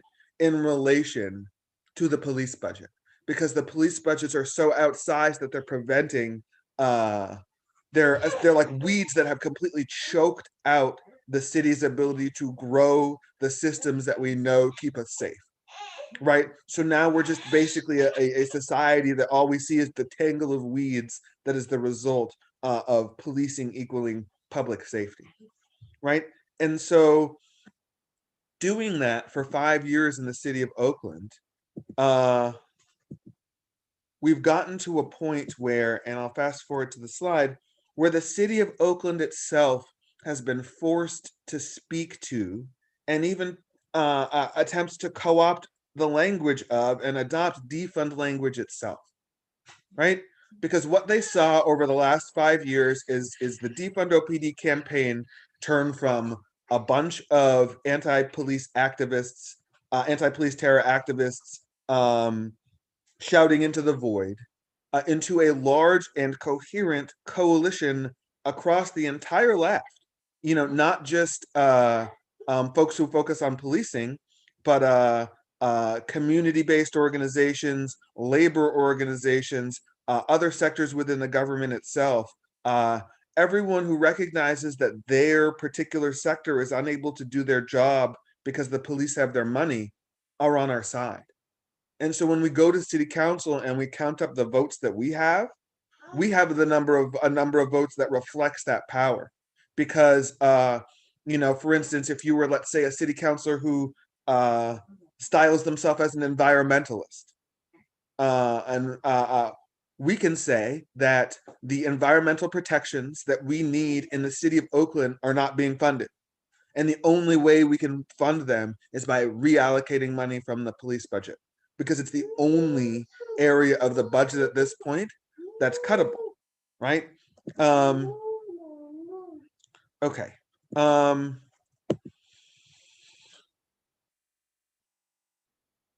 Zooming back out a little bit, and trying to give more context to what this fight has looked like in the city of Oakland. Here's what I want to look at. There's a part of the defund the police narrative that's become very important right now. So I just want to take a second to address it. And that's the focus on violent crime that is being placed by cities across at least the United States as homicide rates and the rates of violent crime spike as a result of the gross mismanagement of the COVID-19 crisis and subsequent housing crisis that we're facing. And so, as one would expect, as a result of that, acts of violence have increased, and the resulting acts of people who have been destabilized have increased, and the neoliberals and centrists are using that as an opportunity to claim that we need more policing, right? And so again, that it's our job as defund to lift up these arguments right now. First, that increasing funds for police, and again, this is stuff we already know, and that folks who have been working on defund already know. So sorry if I'm belaboring a point here, but and apologies for my baby in the background here. But an increase in police budget does not correlate with a decrease in violent crime, which is even more true, which is especially clear when you look at homicide rates. And second, that police spend a lot of their time doing a whole bunch of nothing and very little time spent on violent crime, right? Like the greatest myth of policing in the United States is that they're actually doing something, right? When a lot of time and dollars are spent here doing nothing. And the amount through which they stretch their paychecks or exploit the amount of money they're paid through loopholes is egregious here in Oakland and across the United States. Just as an example, there's an officer on the force here in Oakland who made $200,000 last year salary and made $250,000 in overtime. And so he made a total of $450,000. Again, $250,000 of that, more than his entire salary, in overtime. And that's common on the force. There are a number of officers who make over $350,000 because that's because they're all exploiting the same loopholes, right? And so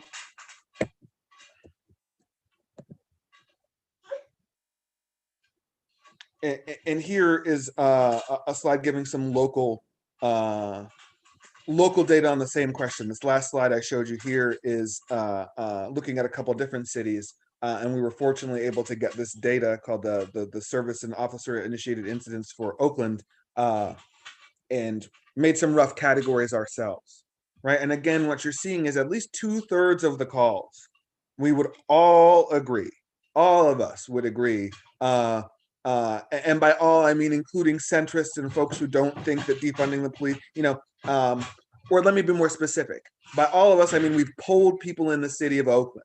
And what you're seeing, the 66%, largely reflects tasks that the people of Oakland have agreed cops shouldn't be doing.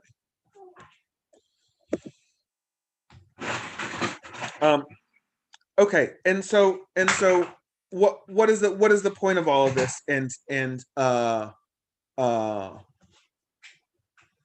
what should the defund movement be doing in a moment like this, right? In a moment where COVID-19, and again, I recognize things are much different for Canada in terms of the results of the crisis, but you labeled so many parallels that we're seeing here in the city of Oakland, that it makes it it's very clear to me that we're facing the same problem, or a very similar problem, in a very similar with a very similar, like the beast has a similar way of moving, and the best practices that they've developed to fight defund are being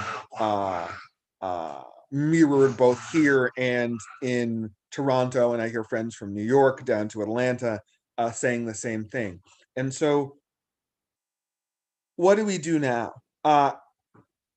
What we've found in Oakland needs to happen is that we need to be focusing on the solutions, and we need to be providing solutions to what keeps us safe as our society, as a society, right? The neoliberals playbook says right now what they are to do is to drag us into a fight about how effective police are. Are they a little effective? Are they not effective at all? Are they better than nothing? All of these really trash arguments that are a complete waste of our energy and effort, when we know the things that truly keep us safe and that have a clear and tangible impact on our safety as a society. And so that's what we need to be focusing on. And so there are a couple examples here. There are a couple examples here of the things that we've been focusing on as the Anti-Police Terror Project, like housing, right? And I picked a stat here, but they're a dime a dozen. Stats that demonstrate that if you give people housing, the incidences of violence in their communities will decrease, right? Same with education. Same with healthcare, and Asantewaa will speak about mental health first, and the impact that their programming has on rates of violence and so-called crime in their areas, right? And so I just want to lift up that it's really important that we in Oakland see the result of having the conversation that comes after saying defund the police for the past 5 years, right? So in a city where we've been saying defund the police, and this is what it means, and these are the programs to invest in, and these are the services that we need, and these are the people that are underfunded, since we've done that work, right? The defund movement has latched on here, and we have a chance to make real tangible changes to the way we do public safety in the city of Oakland, and liberate millions of dollars for services that are not centered on policing, right? And what we see in cities that have not had that groundwork laid, unfortunately, is that neoliberals are able to take hold and turn this into some sort of theoretical debate and deflect the pressure that's been put on through the George Floyd uprising. And so that's why what I'm encouraging folks to do is make a big container for your defund the police movement, right? All of the organizations in Vancouver should be on this train. They should be on here, right? Because if they need funding for programming to help community, that funding is wrapped up in the police budget, right? Full stop. Because at this point in North America, that's what police budgets look like, is they're taking up 30, 40, 50, even 60% of your general funds. And so that's, wait, sorry, I took just another, and how are we doing on time? I talked too much? 1 more minute, great. Okay, great. Okay, a couple things. School boards, I wanna lift up the work of the Black Organizing Project here in Oakland. They removed the police from the Oakland Unified School District, and that's a result of a decade-long organizing campaign. And so we see that here. And also as a result of that campaign, we were able to elect a progressive slate. And so I think that work can bear fruit. And then inside outside game, like I heard what Desmond was talking about committees, task forces, and engaging politicians. And that's why we're advocating for a big container, a big community, a big tent moment here, because without that sustained and comprehensive pressure, there's not enough gas in the tank to get us across the finish line for some of these budget pushes. Okay, thank you so much again for this opportunity. The Anti-Police Terror Project's here to serve as a resource. I'll drop some links in the chat, and then always down to speak more intimately about the work that we do. Thank you so much, James. We really appreciate you sharing all of your thoughts with us today. And most importantly, we really appreciate Audrey. Normalize bringing babies everywhere. Look at this cute little thing. I love her so much. She's so cute. Hi. We had a good chat the other day. They waved at me for minutes, a long stream of minutes. It was wonderful. Nice to see you again, Audrey. So once again, for those of you who are watching in the audience, that was James from the Anti-Police Terror Project based in Oakland, California. You can find out more about them. The links are in the chat. Also, thank you so much for sharing your best practices, your experiences with defunding the police in your region. This network that we've created here in Vancouver is relatively new, and we are learning I know that as a member, I am learning so much from you and being so inspired. Coming up next, we have Asantewaa Boykin, who is, one second here, a founding member of the Anti-Police Terror Project and program director for MH First Sacramento. This I am so excited to hear about. In all of the conversations that we've been having in Vancouver about defunding the police, it keeps coming up, this idea of having another level of service, something that is not related to the police, something that can respond in times of crisis. And there was actually one candidate who ran in the BC provincial election who ran on a platform of trying to create something like this. They didn't win, unfortunately, because defund the police was a bit too much for that election. But I'm so excited to hear from Asantewaa and to hear about their experiences starting this incredible project. So take it away.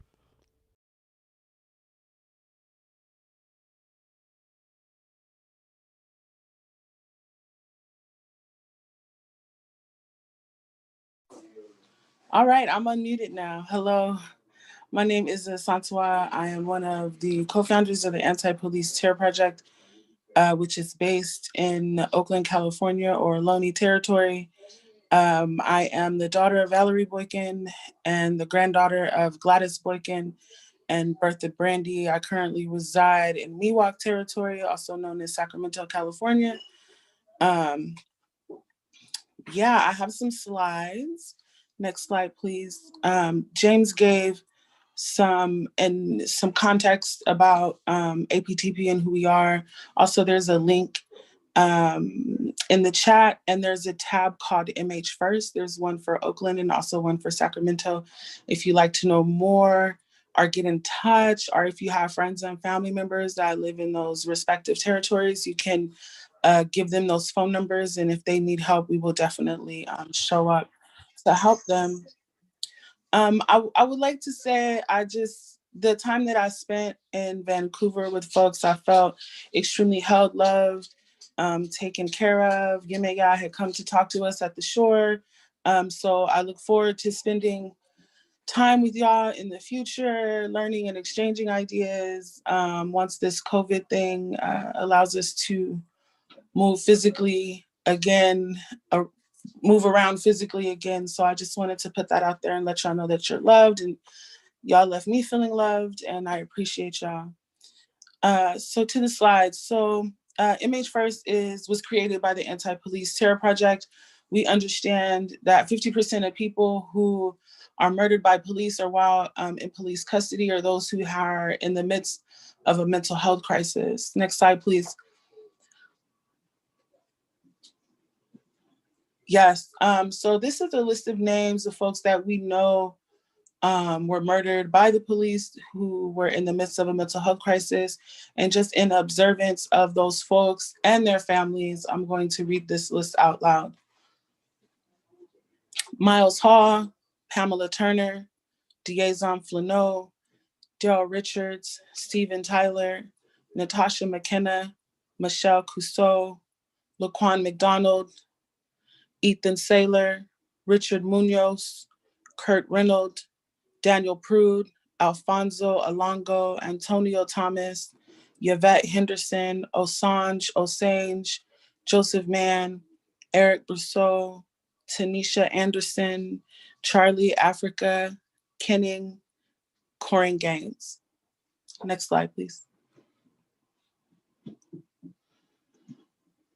So one thing, before mental health first became like an actual program, I always like to state that it existed organically inside of our communities already, right? Because our immediate community and community members were of the type who believed that when someone needs care, they should get care and not police. So we did not make the habit of calling police when our folks were in need of either mental or medical health care, right? So we at times created shifts, we made meals, we showed up. Sometimes we had to sit on folks and like literally sit on folks. So this was work that we were already doing, right? So just because we were in community, so there's a lot to be said about using the systems that already exist in our communities organically and figuring out how to scale those things up, right? Not just mental health crisis, but also how are we sourcing our childcare systems, right? Like how are we taking care of our elders? I know something that like, there's a few families on my block and we all have like shared political like ideologies and values, right? So even in this time, our children go to school together, right? Like one of the folks is a teacher who's not working right now, and we figured that out, right? Like sometimes we source our money and go buy like bulk foods, you know. So we really have to start thinking about how we can legitimize the systems that already exist in our community, because we're really moving, in my opinion, past depending on racist, patriarchal systems to give us the things that we need, right? We have to shift past that while also respecting like a diversity of tactics, right? Some folks are going to go after state dollars. It's necessary. Some folks are going to be engaged in direct action. That is absolutely necessary. And there are some of us that have to dream, right? Which talks about this next slide, and which is what we decided to do. There was a group of folks, some medical professionals, some of them users of mental health services, others just organizers, you know, like community members.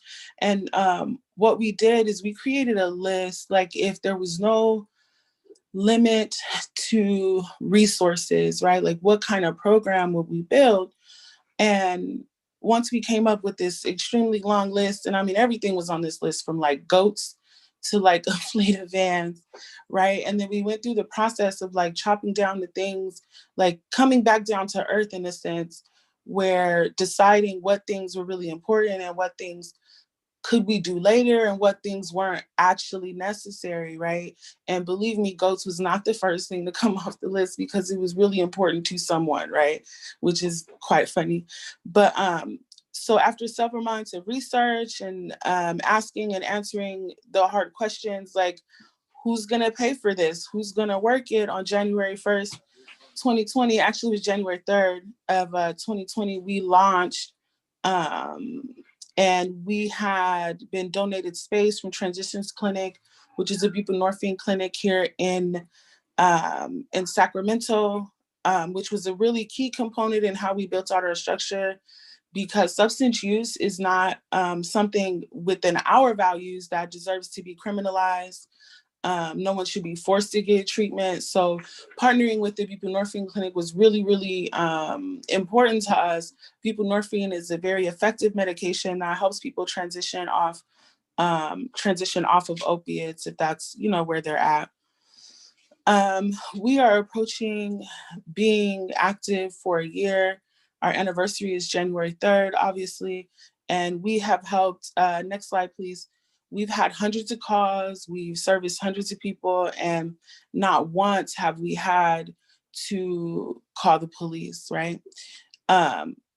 This is really small. I don't know if I don't have it memorized, right? So, this is a list of some of the things that we thought were really important, and I highlighted the really important ones to me in red, right? Centralized location, food, making sure that we were absolutely low barrier. There are a lot of programs here specifically in Sacramento that they want folks who are possibly not living in a shared reality with us to be able to do these very high functioning tasks, right, in order to get services. So one of our primary goals was to make sure that we were absolutely low barrier.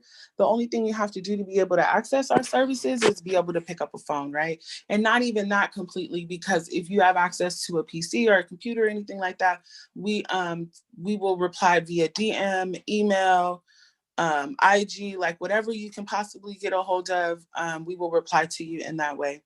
Next slide, please.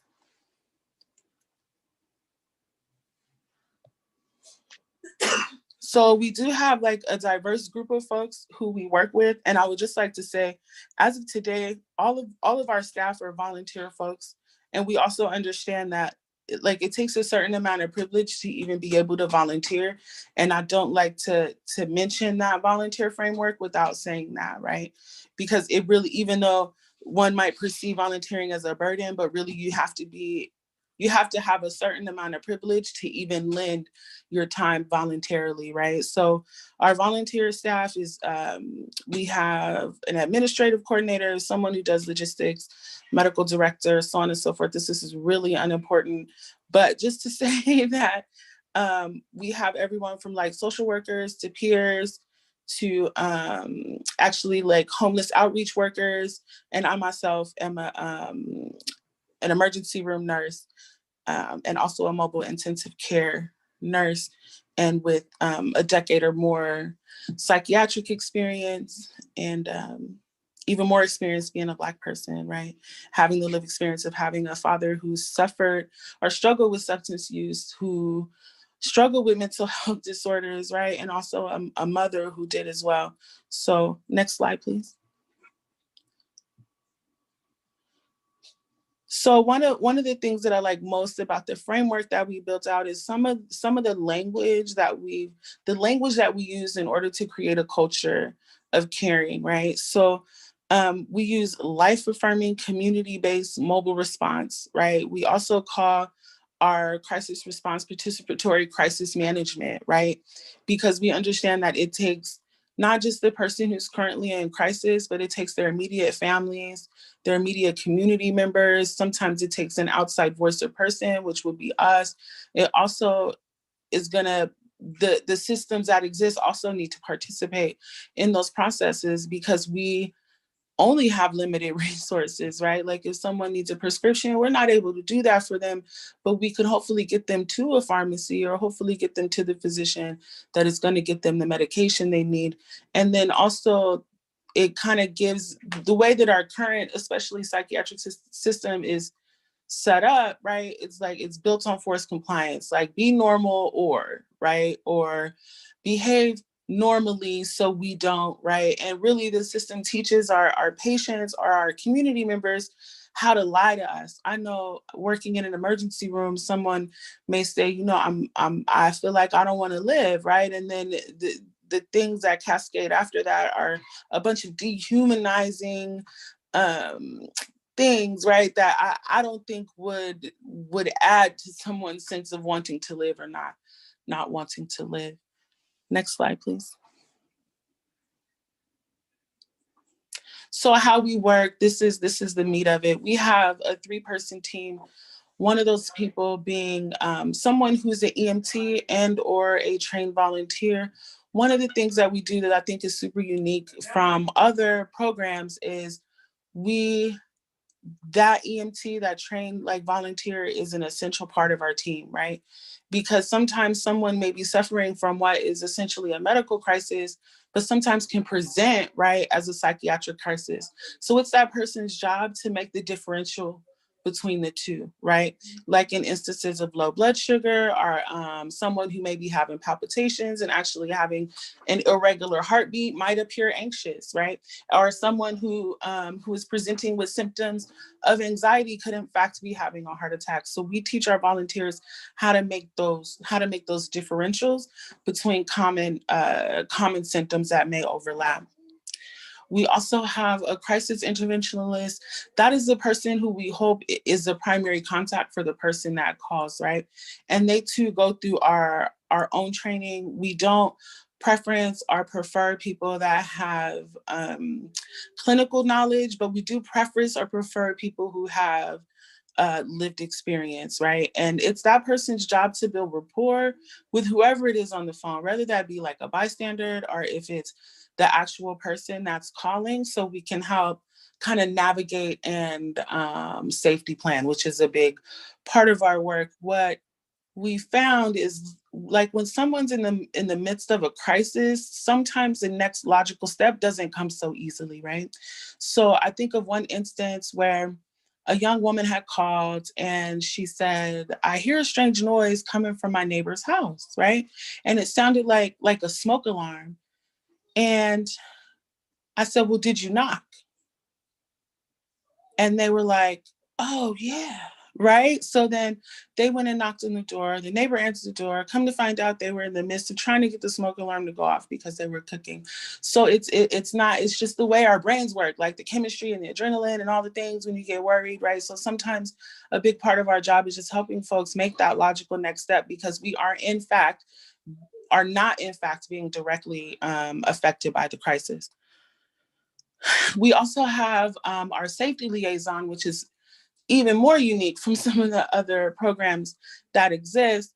It is this person's job to actually not engage with the participant, right? But to kind of survey, to look, to watch, to make sure that the folks that are engaging with the participant are as safe as they possibly can be, right?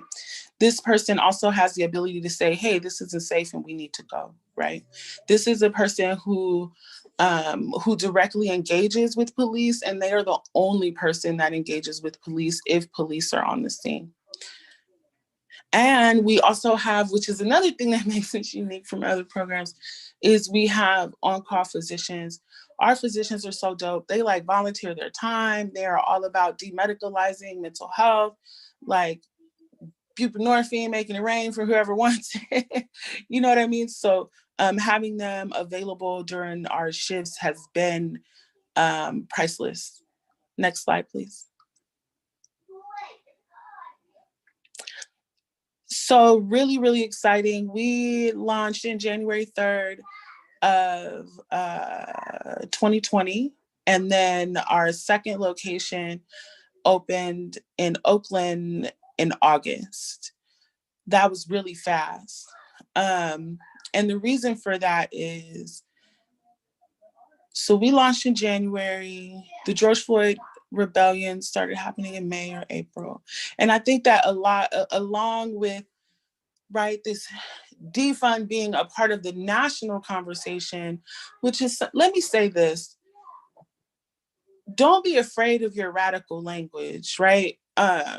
Because one day that language will be common in conversation. For instance, when we named the Anti-Police Terror Project, people were over the hill like, that is too much.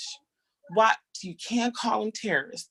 What, but this is how we understood the feeling of when a police officer pulls up behind you and like your heart drops into your stomach and you're thinking about all the things that could happen and none of them are comforting, right? So again, when we said defund the police, right, or defund OPD, again, folks, you can't do that. What do you mean? Well, if not the police, who's going to keep the people safe?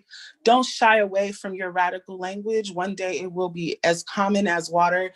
And that is one thing that I was absolutely amazed at, to see the defund language happening like in a nationwide conversation. And because of that, a thing that folks are acutely aware of, right, is they literally do not belong in healthcare, and they definitely do not belong in mental health, right? So with this fund and with these common understandings and these common knowings, there was suddenly a lot of interest in non-police mobile crisis response. And so there was a lot of inquiries from like a lot of places. We found ourselves talking to a lot of cities and a lot of folks.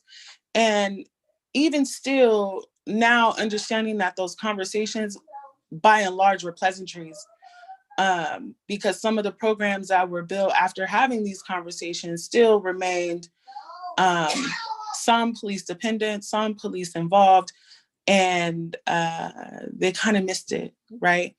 But we have not, and we will stay steadfast and like remain a non-police outlet.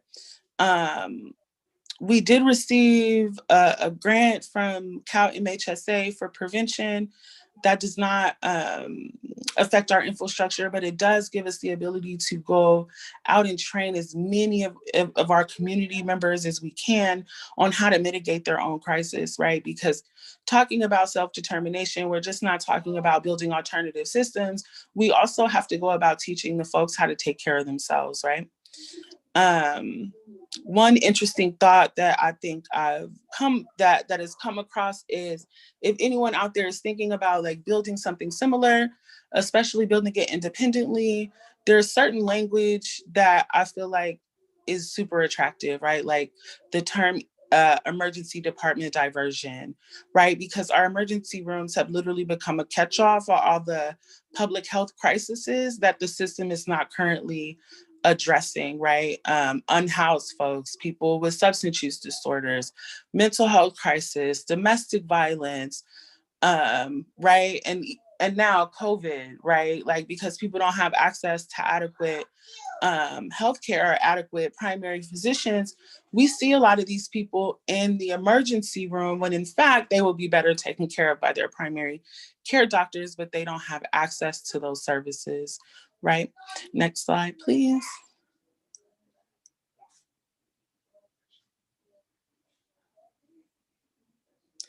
So this is one of, so it's mental health first, safety first, wellness first, community first. And one of the aspects of our programs that is probably the most valuable, but also the least talked about is we canvas, excuse me, I'm gonna take a sip of water. We canvas, we go out and we have survival supplies for our unhoused folks. We have safer use supplies for our folks that are actively using. And someone had said it earlier, like our best safety mechanism is to build relationship, right?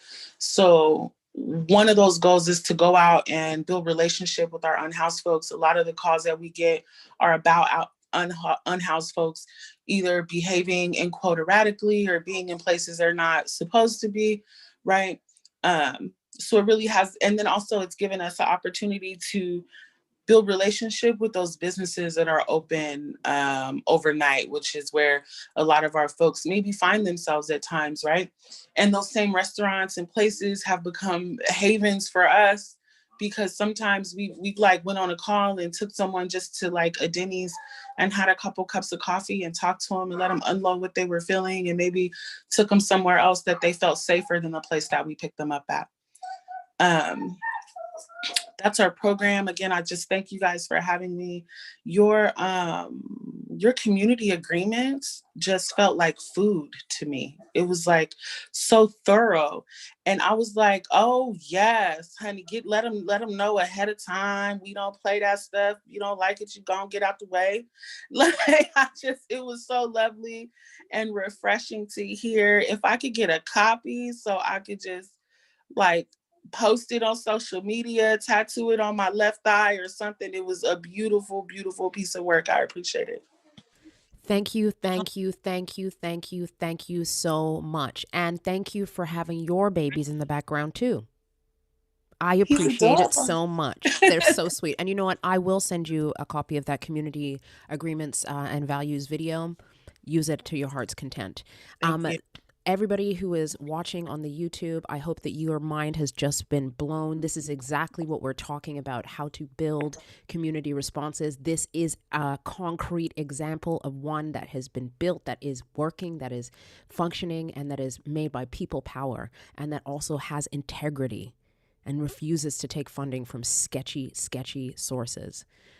If you want to have a conversation with me about sketchy funding sources, we can have a conversation about civil forfeiture at a later date. This is not the time nor the place. It is 3:10 p.m. I am painfully aware that we are running a little bit over time.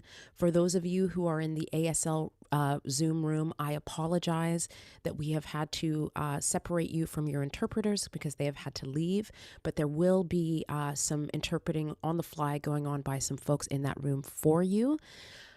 Our next speaker is Danielle Guerrero. Danielle is a Squamish Two-Spirit Indigenous youth who has been fearlessly organizing with Indigenous youth for Wet'suwet'en over the course of this year. Over the course of this year alone, they have been arrested multiple times for peaceful acts of protest, including one of my least favorite, painting with water-soluble chalk on and around the grounds of the BC legislature. To quote Danielle, Indigenous youth are not safe while in custody of the police. We keep each other safe. Indigenous youth at the front lines need your continued support so we can continue doing the work that needs to be done. We will not stop until Indigenous rights and sovereignty are respected and upheld. We will not stop until RCMP and CGL are off unceded Wet'suwet'en territory. Up next, Danielle Guerrero. Hi, sorry, I was expecting to go on a little later. My bad. Hot Squad Tonye, Tleitlak Tilla Quenquishamen, Danielle Guerrero Queensta, Tanachin Saslaan, Ochmeo, Amanaxton Squalwin, Hoichuk. Hello, everybody. My traditional name is Tleitlak Tilla. My English name is Danielle Guerrero. I am 19 years old. I use they, them pronouns. I'm from the Silhan village of the Squamish Nation, and I also have family ties to the Lil'wat Nation.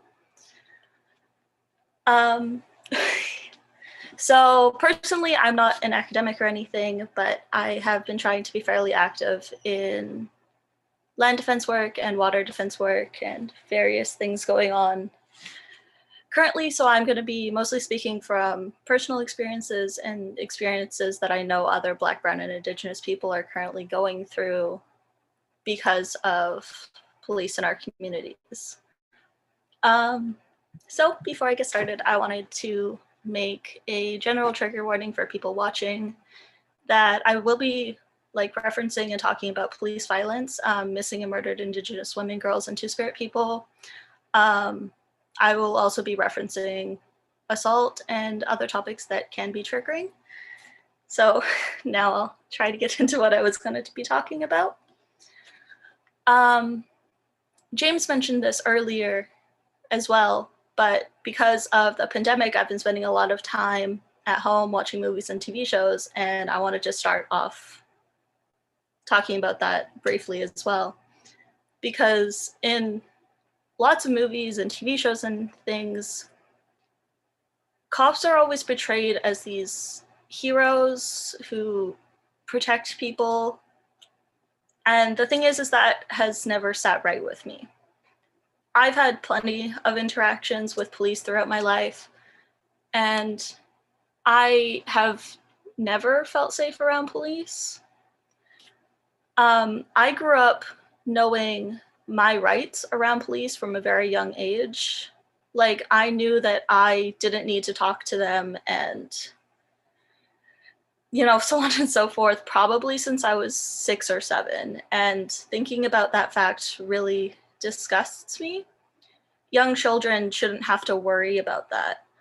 I know that I wasn't the only very young child who had been sat down and told that the police most likely didn't have my or people like me's best interest or safety in mind because of my ethnicity and because of my social class, because I'm not white and I'm not rich.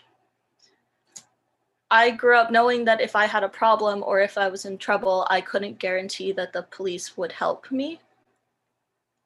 But I did know that my community would always be there for me if I needed them. And that still stands very true to this day. Unfortunately, every day you see Indigenous people go missing. And the thing is around that is that I don't see police doing everything that they can to try and find the person and ensure their safety.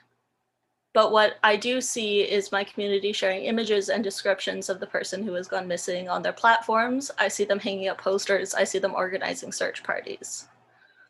When people talk about abuse and assault, I see police doing the bare minimum, and that is if they do anything at all. But I do see my community holding people accountable for their actions and also validating survivors' experiences and emotions around the trauma that they've been through. And there are so many examples of things like this, and police just don't do what people think that they're supposed to do. I don't see police protecting people. I see police protecting property. I see police criminalizing people for being poor, for being underhoused, for having addictions, for having mental health issues, for doing sex work, for protesting injustices, for everything, for trying to live in their own skin. So what I've never been able to figure out is why people praise them and just hold them up. Because the way I see it is that cops are very much a problem in our society. They're not a solution. Solutions are better education, free mental health resources, harm reduction, accessibility to culture. There are so many other things that are thousands of times better than police presence. Now, another thing I wanted to talk about was just remembering the origin of police across Turtle Island. And police and the prison system all started because the government wanted to oppress and get rid of Black and Indigenous people.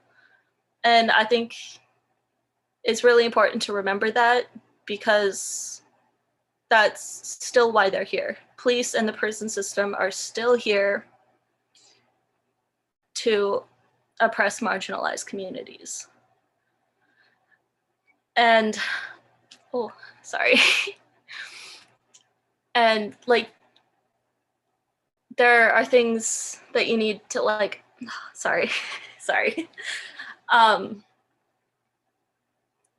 and honestly, if anybody doesn't think that, they need to look into the disproportional amount of murders by police towards Black people. You need to look at things like the Star Wars tours. You need to look into how police presence within Indigenous community directly affects missing and murdered Indigenous women, girls, and Two-Spirit cases. You need to look at the over-policing in Black and Indigenous communities, and police have and always will be a form of oppression to marginalized communities as long as they're still here. I yeah, I think my main point was just to talk about was just that policing doesn't make me feel safe. I know it doesn't make a lot of people feel safe. I know that I've had instances with the police, especially when I got arrested. I got arrested back in February for being at a blockade outside of the port of Vancouver. And I was arrested along 6 other people.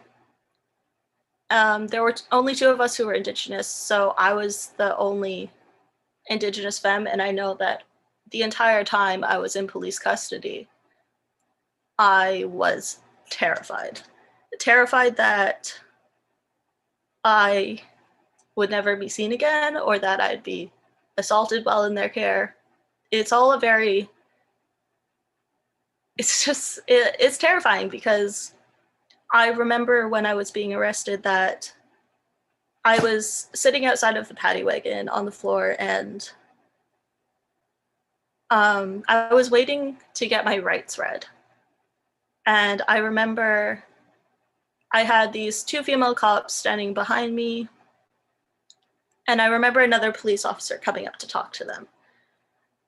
And everything was very loud. There were quite a few people there, but I didn't hear exactly what he said, but I know that it was in reference to moving me into the paddy wagon.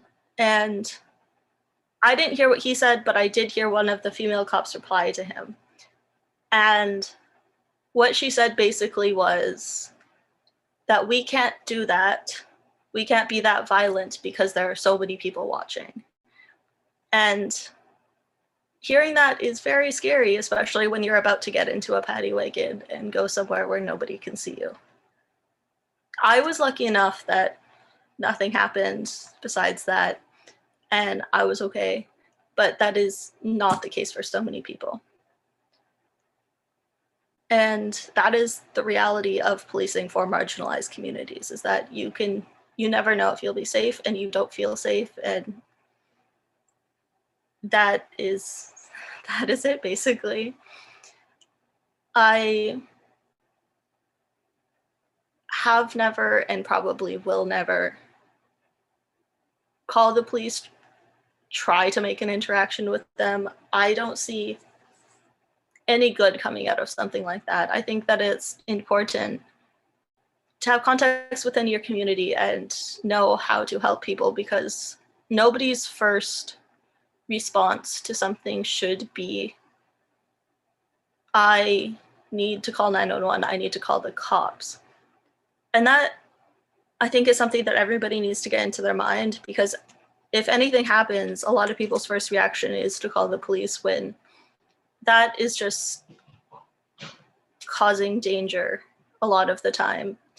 Because police, they're not competent to deal with most of the stuff that they're doing. Like,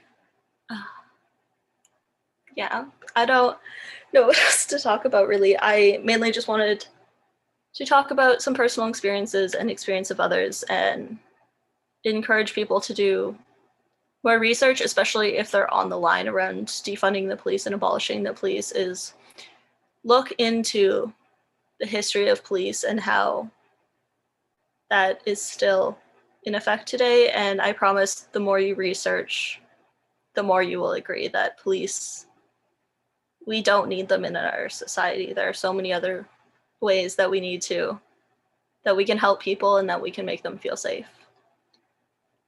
And because I know we're running on time, I'm going to cut mine short because, yeah, if that's cool.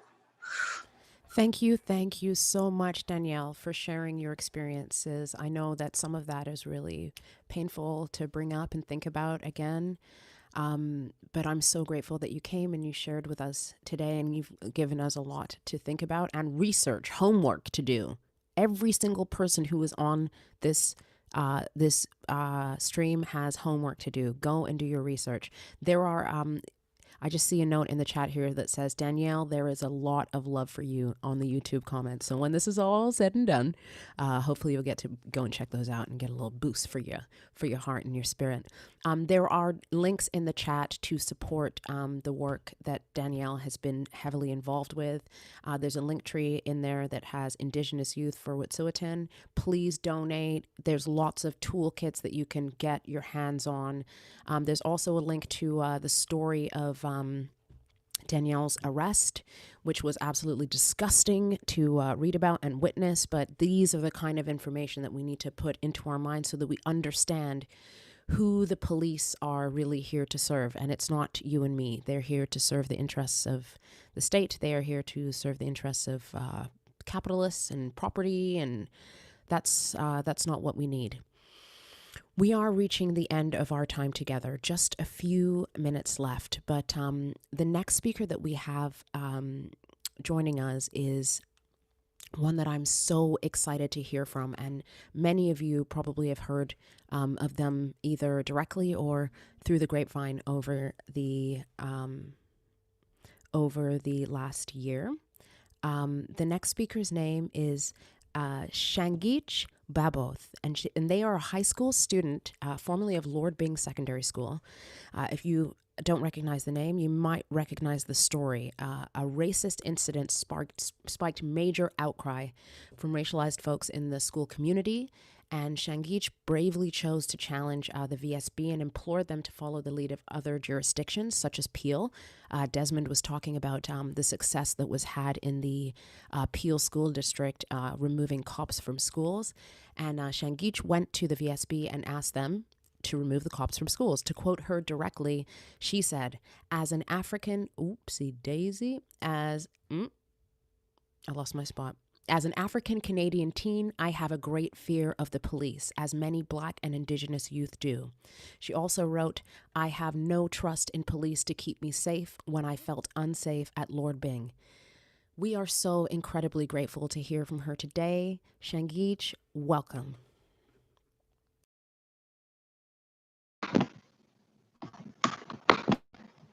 Thank you for inviting me here today. Thank you to the speakers for sharing your knowledge and personal experience. Before I begin, I'd like to acknowledge that I'm on the traditional and unceded territories of the Squamish, Tsleil-Waututh, and Musqueam First Nations.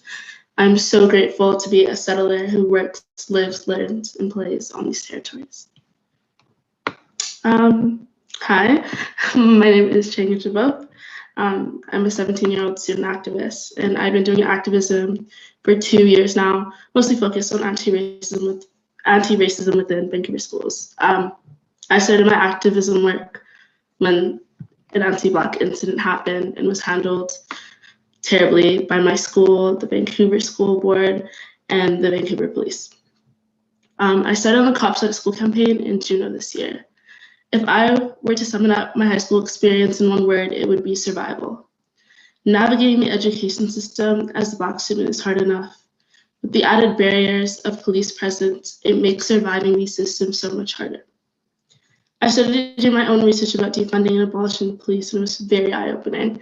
Colonization has taught me that there's only one way to keep people safe.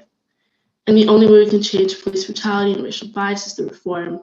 This is simply not true.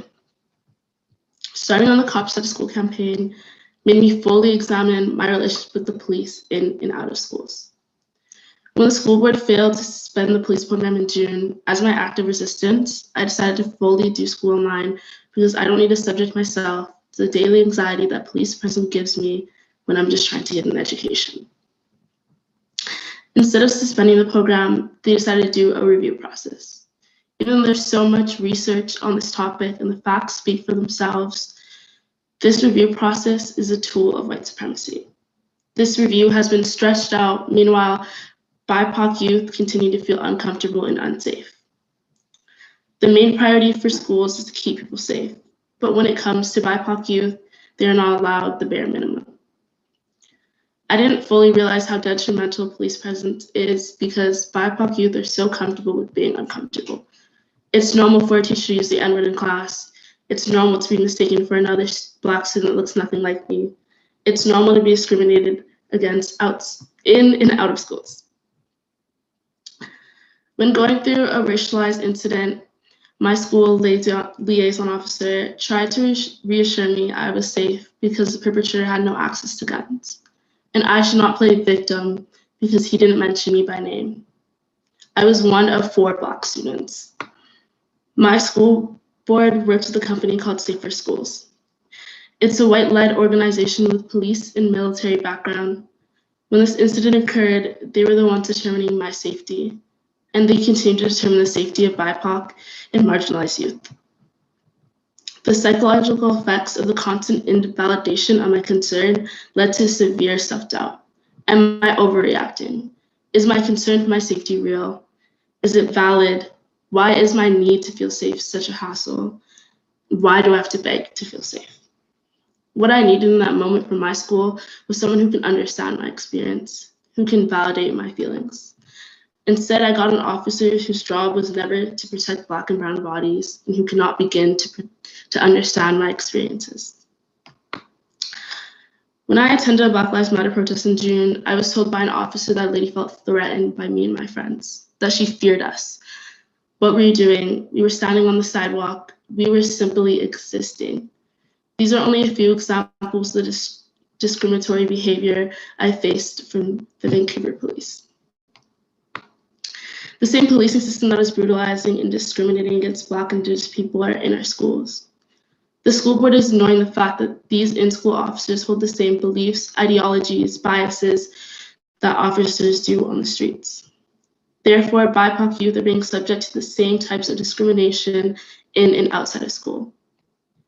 Safety is a basic human need, but to Black and Indigenous people, it's a luxury that we rarely get to experience. Marginalized youth who are acting out or involved in criminal activities, in most cases, is a response to the barriers they are facing. Why are school boards looking at these youth as inherently violent or criminal? We need to change the focus on what is causing the behavior of how poverty, colonization, racism, and other barriers are putting these youth in these situations and stopping them from reaching their full potential. We don't need officers in schools. We need more counselors. We need more allies. We need more support. We need people who understand different experience. We need compassion and understanding. After the anti-Black incident, I did not attend school for 3 months. I ended up changing schools. And if I did not encounter the amazing BIPOC teachers and allies, I would not be here and I would not be getting a high school diploma. Thank you. Thank you, thank you, thank you so much, Sangeech, from the mouth of babes. That's what we need. We need to hear directly from the youth. We need to hear directly from people who are being affected. And Cops Out of Schools are doing incredible work. If you would like to follow what they're doing, the link is in the chat. Please check it out. There are tons of research or resources for you to get your hands on. 1 second here. Alrighty. So that is the culmination of this incredible event. I want to take one moment to just thank the incredible artists who provided their work for us to share with you today. The first one was Oz12. That's Ronnie Dean Harris. He is Stolo, Statlium, and Inklakuma, multimedia artist and performer based in New West, British Columbia. You can find him painting sky-high murals, engaged in deep research and conversation with his aunties, and hitting the road as a solo artist or as part of the BC World Music Collective. The song that you heard earlier today was called If You Want It. Our second performer was Cecily Nicholson. Cecily Nicholson is an award-winning Canadian poet based in BC and has blessed us with many offerings, including Wayside Sang, Triage, and From the Poplars, pun intended, which came out in 2014. The poem suite you heard today was taken from the Poplars, and this sweet soul resides right here in beautiful BC, and rumor has it they will be teaching a workshop on Salt Spring Island this spring. So Google search to your heart's content and find out about that. And the last and final performer was Jeff Berner, a Jewish-Canadian accordion player, singer, songwriter, novelist, and he's taken his unique style of klezmer punk, combining the traditional folk music of Eastern European Jews with punk's aggressive energy and disdain for slick perfection. I totally love that song. Daloi Politsei, fuck the police. 1 second here. I'm receiving a transmission. All right. Before we leave, I'm going to invite one of my comrades from the Defund 604 network, Laurel Albina, to share a little bit of information with you about what work is going on within the Defund Network's People's Budget Committee. Hi everyone. My name's Laurel, and I hope you can hear me okay. So I'm working with the People's Budget here in Vancouver, and we're still in the early stages of organizing. But so far we see a People's Budget as a collective effort to envision a more democratic and equitable budget by reallocating the police budget to community care and well-being. So basically we want to defund the VPD. And we think that one of the tools in our collective toolbox is People's Budget. We've seen it all over Turtle Island and lots of inspiring examples from all over.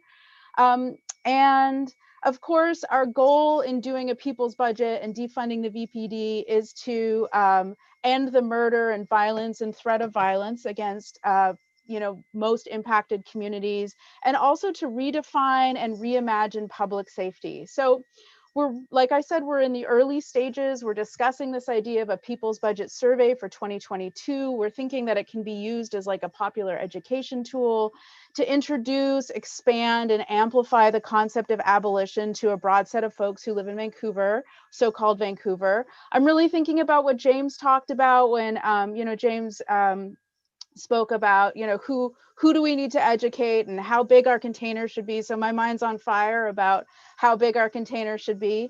We want to use the survey results to basically create kind of a multimedia tool where we can get the city council to do what we need them to do. We want to, think about this. Also, I'm thinking about sort of the long-term how it takes many years to achieve the results that we need for ourselves and our communities, and that People's Budget 2022 is just maybe year one of this particular project, but we're going to keep going and we're going to keep fighting. So we want to see the People's Budget as an opportunity to divest from the VPD and invest in our communities.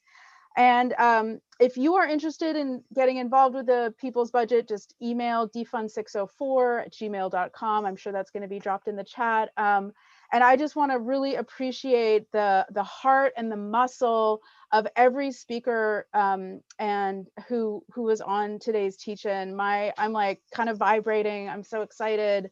I'm so inspired. And I just want to keep working with all of you to do the work that we know is so important for each and every one of us and the earth. So that's it for me. Thank you so much. Thank you so much, Laurel, comrade, partner in crime. I adore you so much. That brings us, unfortunately, to the end of the Defund the Police teach-in. I would just like to take this moment to thank each and every one of our speakers and performers. Kaya George, thank you so much. Desmond Cole, Mayuk Manuel, Annie and James from the Anti-Police Terror Project in Oakland, California. Asantewaa from MH First, Sacramento. Shangeech for speaking so powerfully about your experiences as a Black youth in schools. Shangeech is organizing with Cops Out of Schools. You can find their information in the chat. Also, a huge thank you to Danielle Guerrero. We love you so much. Also, your makeup was on point. I was feeling it immensely. You looked gorgeous today. And also to my best pal, #1 stunner, Laurel Albina, for sharing the work that's happening within the Defund network around our People's Budget. If you are interested in participating in this work, we are building a community. Please come and join us. We would love to learn, to grow, to dismantle, to abolish alongside our fellow brothers and sisters and siblings. What else? I feel like I'm forgetting something. It's my grandmother's 88th birthday today. She would have been 88 if she was here today, but she's not. And I know that she's watching me right now. And from wherever she is also saying, fuck the police. Thank you very much for joining us today. Thank you so much to all of our speakers. Thank you so much to my organizing team. I love you so much. Defund 604. This is not over. It has only just begun.